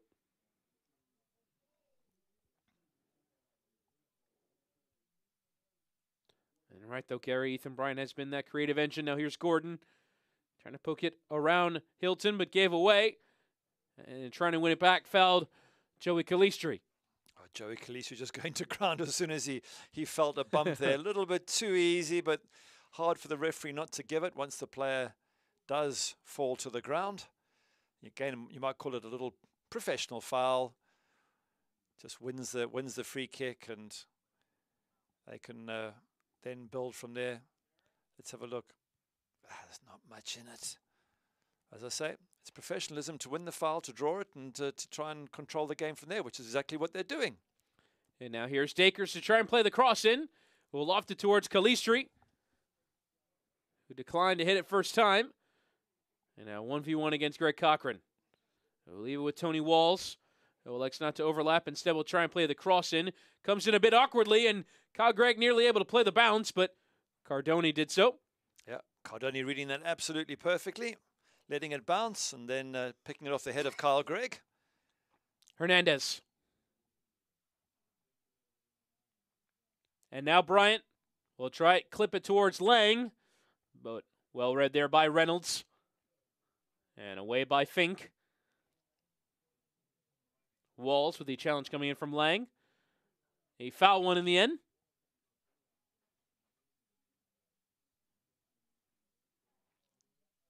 Now Lewis Hilton,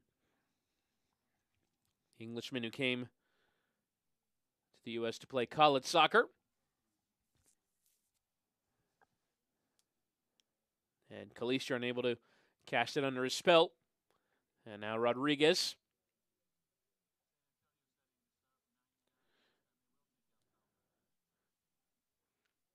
As Gordon on the turn.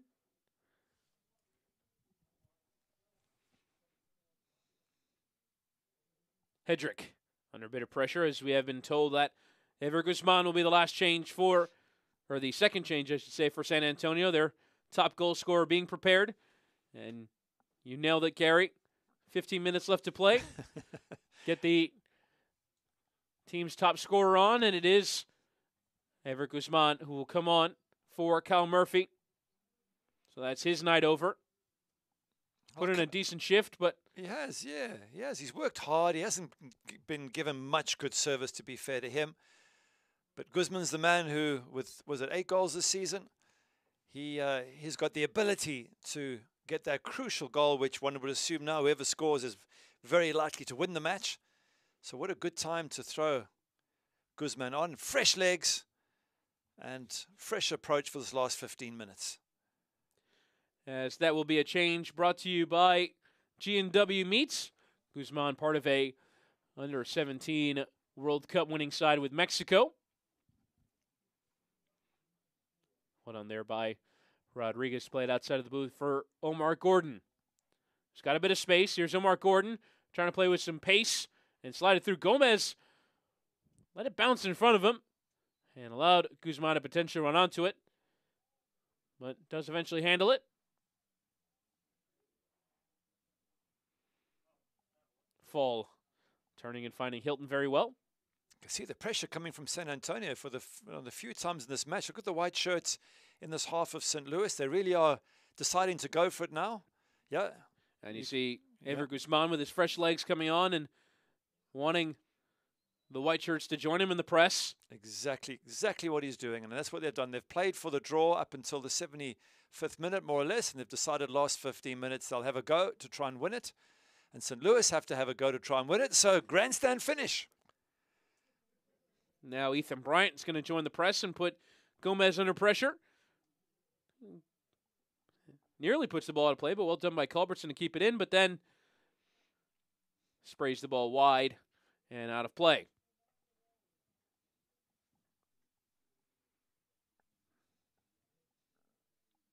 As King will launch a throw in towards Guzman. Now Fall. Dakers under some pressure, going through him there was King, who is on a yellow. Won't have to be careful, but put in play quickly for Joey Calistri, who turns the other direction. Now Calistri and the substitute Dikwa, leaving it for Lewis Hilton, scores! And might that just be the goal that sends St. Louis FC into the Western Conference playoffs? They lead by a 1-0 through Lewis Hilton. What a great strike from Lewis Hilton. What a great time to score in the 79th minute. Look what it means to everybody. The players, they're super excited. The managers, more than pleased. Everyone's happy, delighted. And it's a goal that I think St. Louis really deserve. The St. Louligans love it as well, but they have been probing for this entire match. They have been looking for that one moment of class, and that man there is the man that provides it. Nice little build-up here. Ball comes across to Lewis Hilton, takes it on his right foot and sticks it into the top corner. And as you quite rightly say, could that be the goal that sends him into the playoffs? A goal of the utmost importance, a third of the season. And the replay of that goal from St. Louis FC was delivered by Domino's and Lewis Hilton, who has been a mainstay in the St. Louis side, started every single match in the league. And now might just have the most important goal of the season. Has them 1-0 up with 10 minutes to play. Now San Antonio going to try and find the response. Here's Greg Cochran with the cross. Omar Gordon with a header, and away by Culbertson for the corner. Yeah, Culbertson not quite sure what to do, and if you're in doubt, just kick it clear. Thomas Gomez was coming out, but Culbertson couldn't assume he was going to get the ball, and now it's a corner for San Antonio.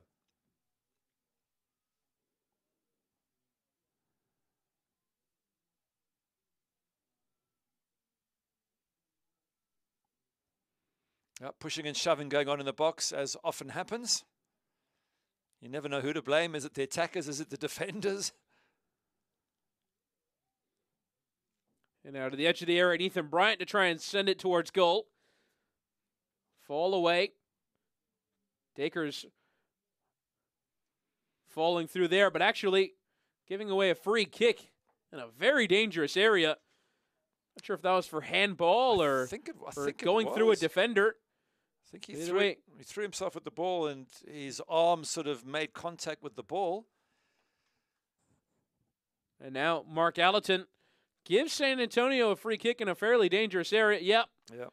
For kind of going off his bicep there.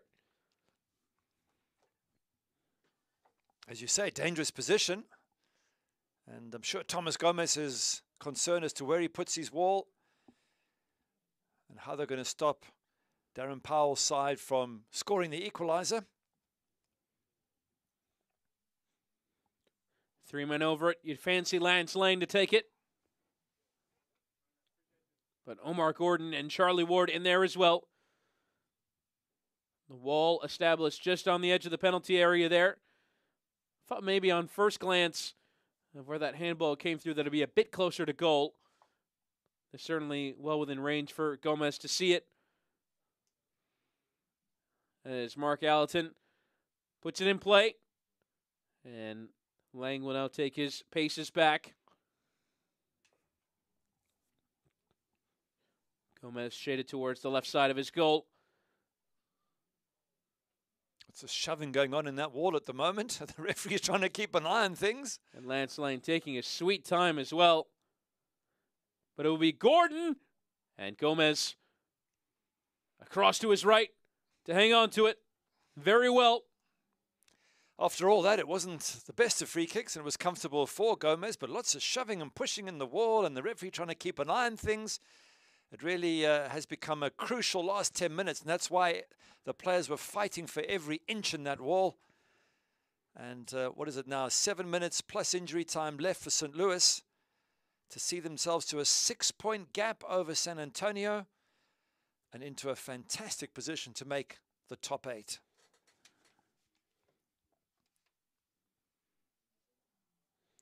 And Reno 1868 currently in 8th place, just underway against Las Vegas Lights. They have 2 games in hand on both of these teams. So a chance to establish some distance. San Antonio, though, with the fixtures to try and get 3 wins, close out the season, and put St. Louis and Reno and Swope Park under some pressure, but they'd be up against it on this result. Here's Gordon and Darnell King. Gordon with a nice flick there in the path of Ward. He'll leave it for Lang. Here's Lance Lang. Took a deflection on the way through and it'll be out for a corner. Great tackle there from St. Louis, just blocking that shot from Lang. And that's what they need now, bodies on the line to try and keep this result, keep a clean sheet. Are those designer socks with all those tears in them? Perhaps just a long season's work.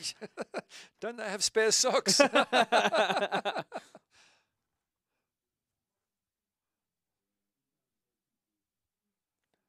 it'll be the Jamaican Lang over the corner.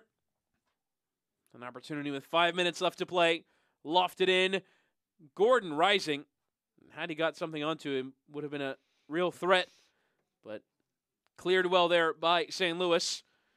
And Cardoni coming up to play. Yeah, we'll just send it back along. Guzman trying to establish some position. Moises Hernandez winning well in the air and now carrying on with his run. Lang trying to play him in. And Dequat putting the ball out to touch. And the referee stopping play for a final change. It'll be Kyle Gregg coming off and Fanuel Kavita coming on. So defender for attacker. Yep, closing up shop. That's what Anthony Pulis is trying to do. Bring in the extra defender. Try and keep that clean sheet. Kyle Gregg has worked really hard. Hasn't been as good as I've seen him in previous matches. But now it's a case of everybody for St. Louis trying to hold on to this lead for the last few minutes.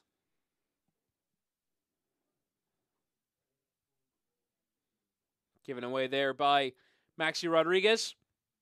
And now Wallfall, can the counterattack give them the second goal that would see them clear? Now Dakers winning the second header. Trying to turn, but a good step there from Maxi Rodriguez to win the ball back. Bryant. The ball lofted towards Guzman. And now Fink. Just getting it up the pitch, and Calistri almost touching it for himself. Instead won by Moises Hernandez. Heavy coming together between Hernandez and Hilton. And that might see Hernandez into the book, and perhaps even more, as Hilton has stayed down in agonizing pain. Oh. And there is the red. Moises Hernandez has been sent off for a late challenge on Lewis Hilton, and that is his night over.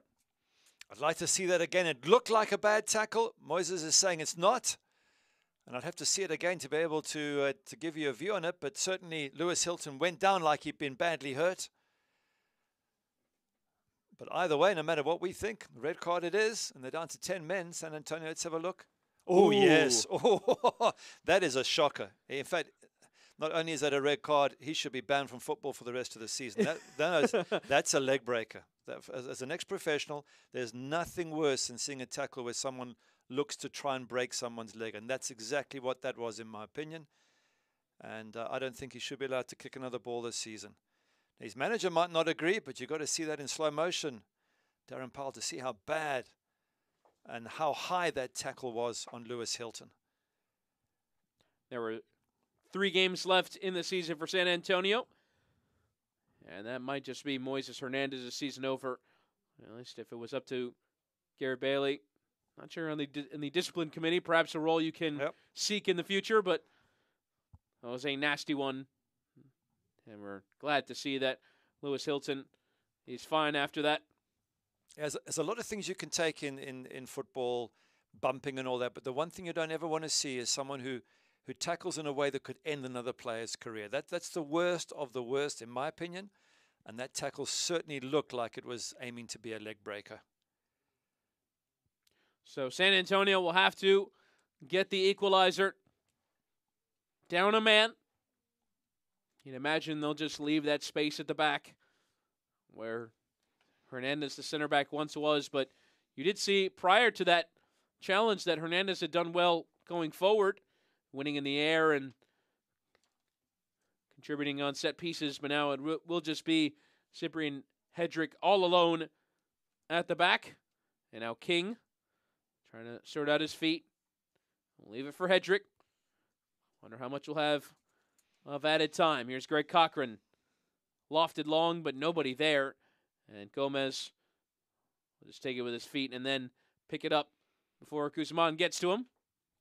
Yeah, the keeper using the fact that he can allow the ball to come to him to try and take off a few seconds off the clock. And now getting to desperation time for San Antonio. And Dequat taking it out of the air, turning and trying to take it off of King, lunging in on King, and now King will go down. And there's yellow for Albert Dikwa, the substitute. A little bit extra there from the Cameroonian. Yep, deserving of a yellow. I think San Antonio are probably saying, well, should it not be a red? But I don't think it's anywhere near as bad as the previous tackle from Moises Hernandez. They get on with it, San Antonio. And I guess they're going to be looking at the clock to see how much extra time there is, because they need every minute they can get to try and get this equalizer. We have been told that there will be 4 minutes to be added on. And at the end of these 90 minutes, as Cochran will slide it in for Lang, who hit the crossing with plenty of pace on it. The header then comes in from Charlie Ward, and it was straight at Gomez. Yeah, it's a good header, but if it's any side of Thomas Gomez, it could cause a problem. It wasn't. It was straight at the goalkeeper, and he just catches it comfortably. Have a look at the ball comes in here. Charlie Ward makes great contact, but straight at Thomas Gomez.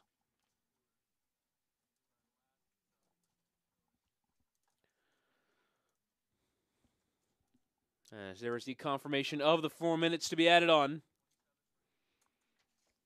That'll be Connor Presley, the last change. If he can come on, he'll come on for the youngster, Ethan Bryant. And now Cochran. And Ward.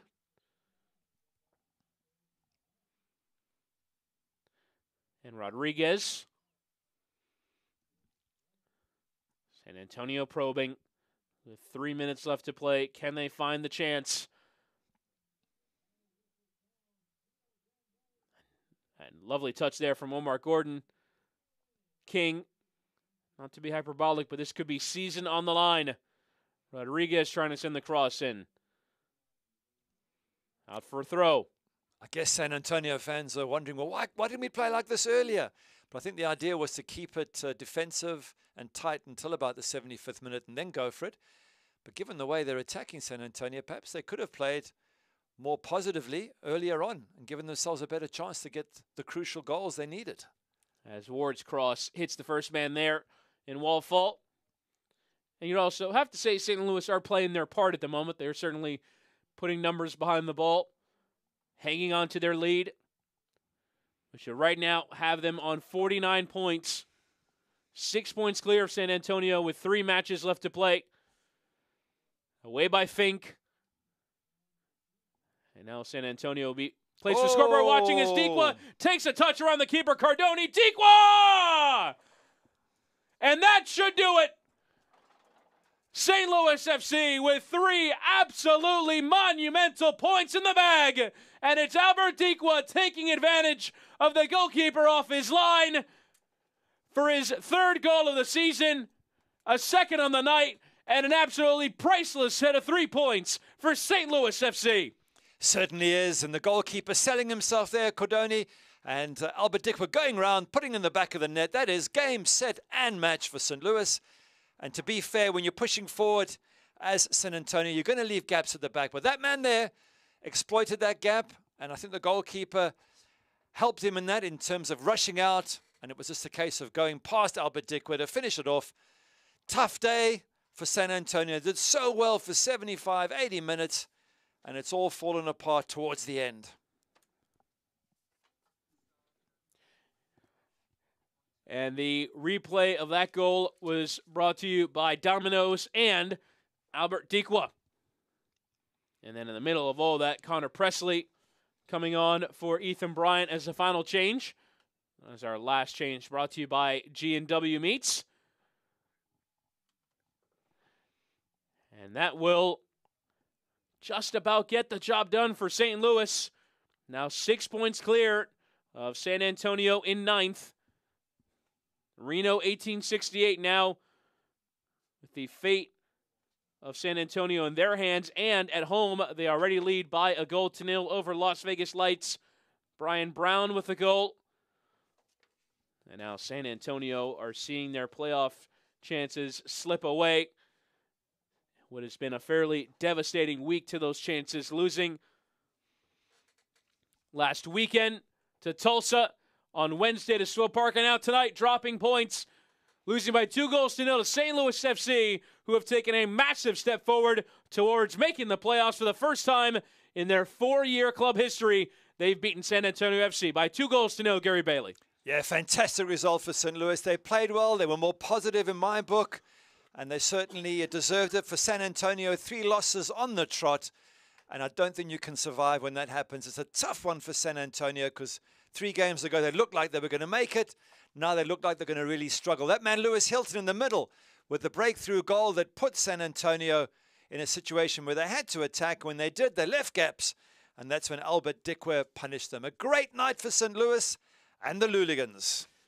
Anthony Poulos would be pleased with the outcome and the performance from his boys tonight. Tonight's game is brought to you in part by Worldwide Technology. Experience Silicon Valley in St. Louis.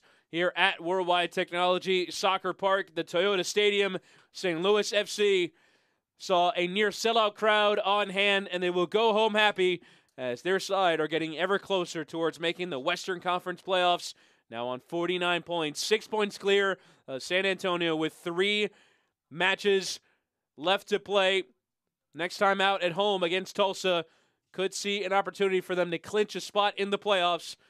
And for Anthony Poulos, the goals came tonight from Albert Dikwe and Lewis Hilton. It finishes St. Louis 2, San Antonio 0, and Edward Jones full-time. We'll bring you full-time highlights coming up next.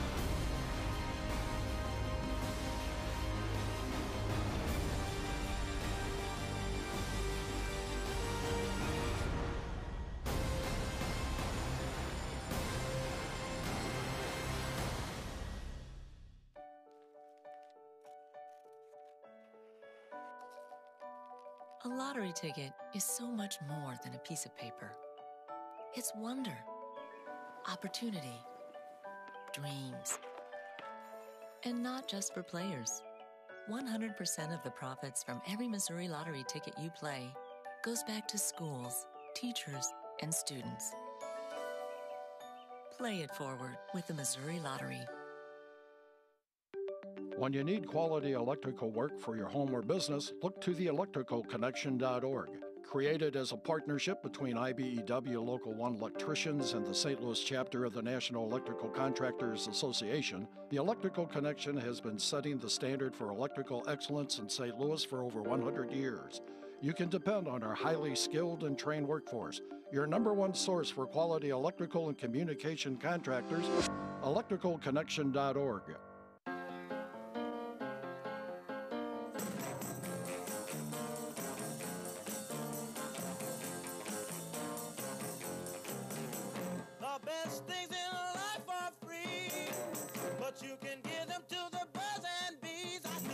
There's really only one place where the carpets are always red and the stars are everywhere you look. There's no place like Hollywood. Hollywood Casino St. Louis.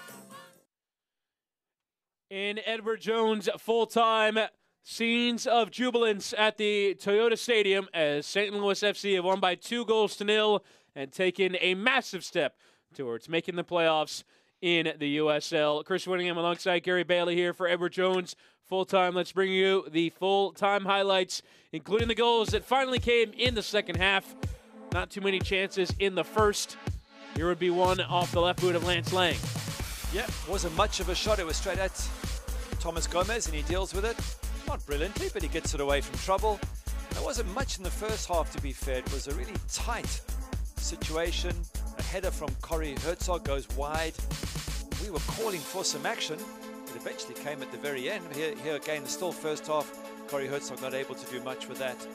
And it was all huff and puff, mostly from St. Louis, with the odd moment here for the visitors. San Antonio.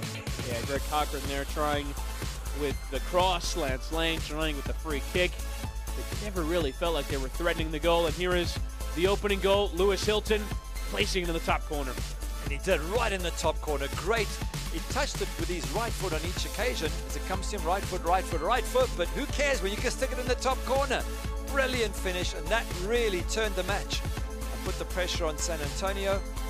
Thomas Gomez just dealing with the save, and while San Antonio are pushing forward, desperately seeking the equalizer. Now Another straightforward save. Yeah, it was a good header there from Charlie Ward, but straight at the keeper. And then here would be the second. Albert Dikwa with a touch around the on-rushing goalkeeper Cardone, and just making sure. Yeah, as they were pushing forward, San Antonio, they got caught. And the goalkeeper selling himself a little bit here. Albert Dikwa says, thank you very much. Game, set, and match. And possession slightly favoring San Antonio in the end, but that very much after St. Louis were bunkering in with their lead. Shots on target favoring San Antonio, but you'd have to say they never really threatened Tomas Gomez's goal. Yeah, it doesn't include the opportunities St. Louis had in and around the box. They had plenty more. They were probing, they were pushing. Not enough shots on target, you would say. But nonetheless, I thought they had far better opportunities, St. Louis, and a well-deserved win. And coming up for St. Louis, they're away to Phoenix Rising to close the season with home matches against Tulsa and against Oklahoma City Energy just to secure that place in the postseason. San Antonio do have some chances over their last 3 matches to get back into this. Home matches against 3 teams below the playoff line, but a lot of work to do. St. Louis FC might have just taken a massive step towards making the playoffs here with a 2-0 victory at home in a 6-pointer against San Antonio FC. They've been in the league for 4 years. This will be their first trip to the postseason. That'll just about do it for us, for our fantastic USL broadcast crew, for our broadcast partner, Gary Bailey. My name is Chris Whittingham, signing off. Once again, your full-time score at St. Louis FC 2, San Antonio FC 0. This copyrighted telecast of the United Soccer League may not be retransmitted, rebroadcast, or reproduced without the express written consent of the United Soccer League.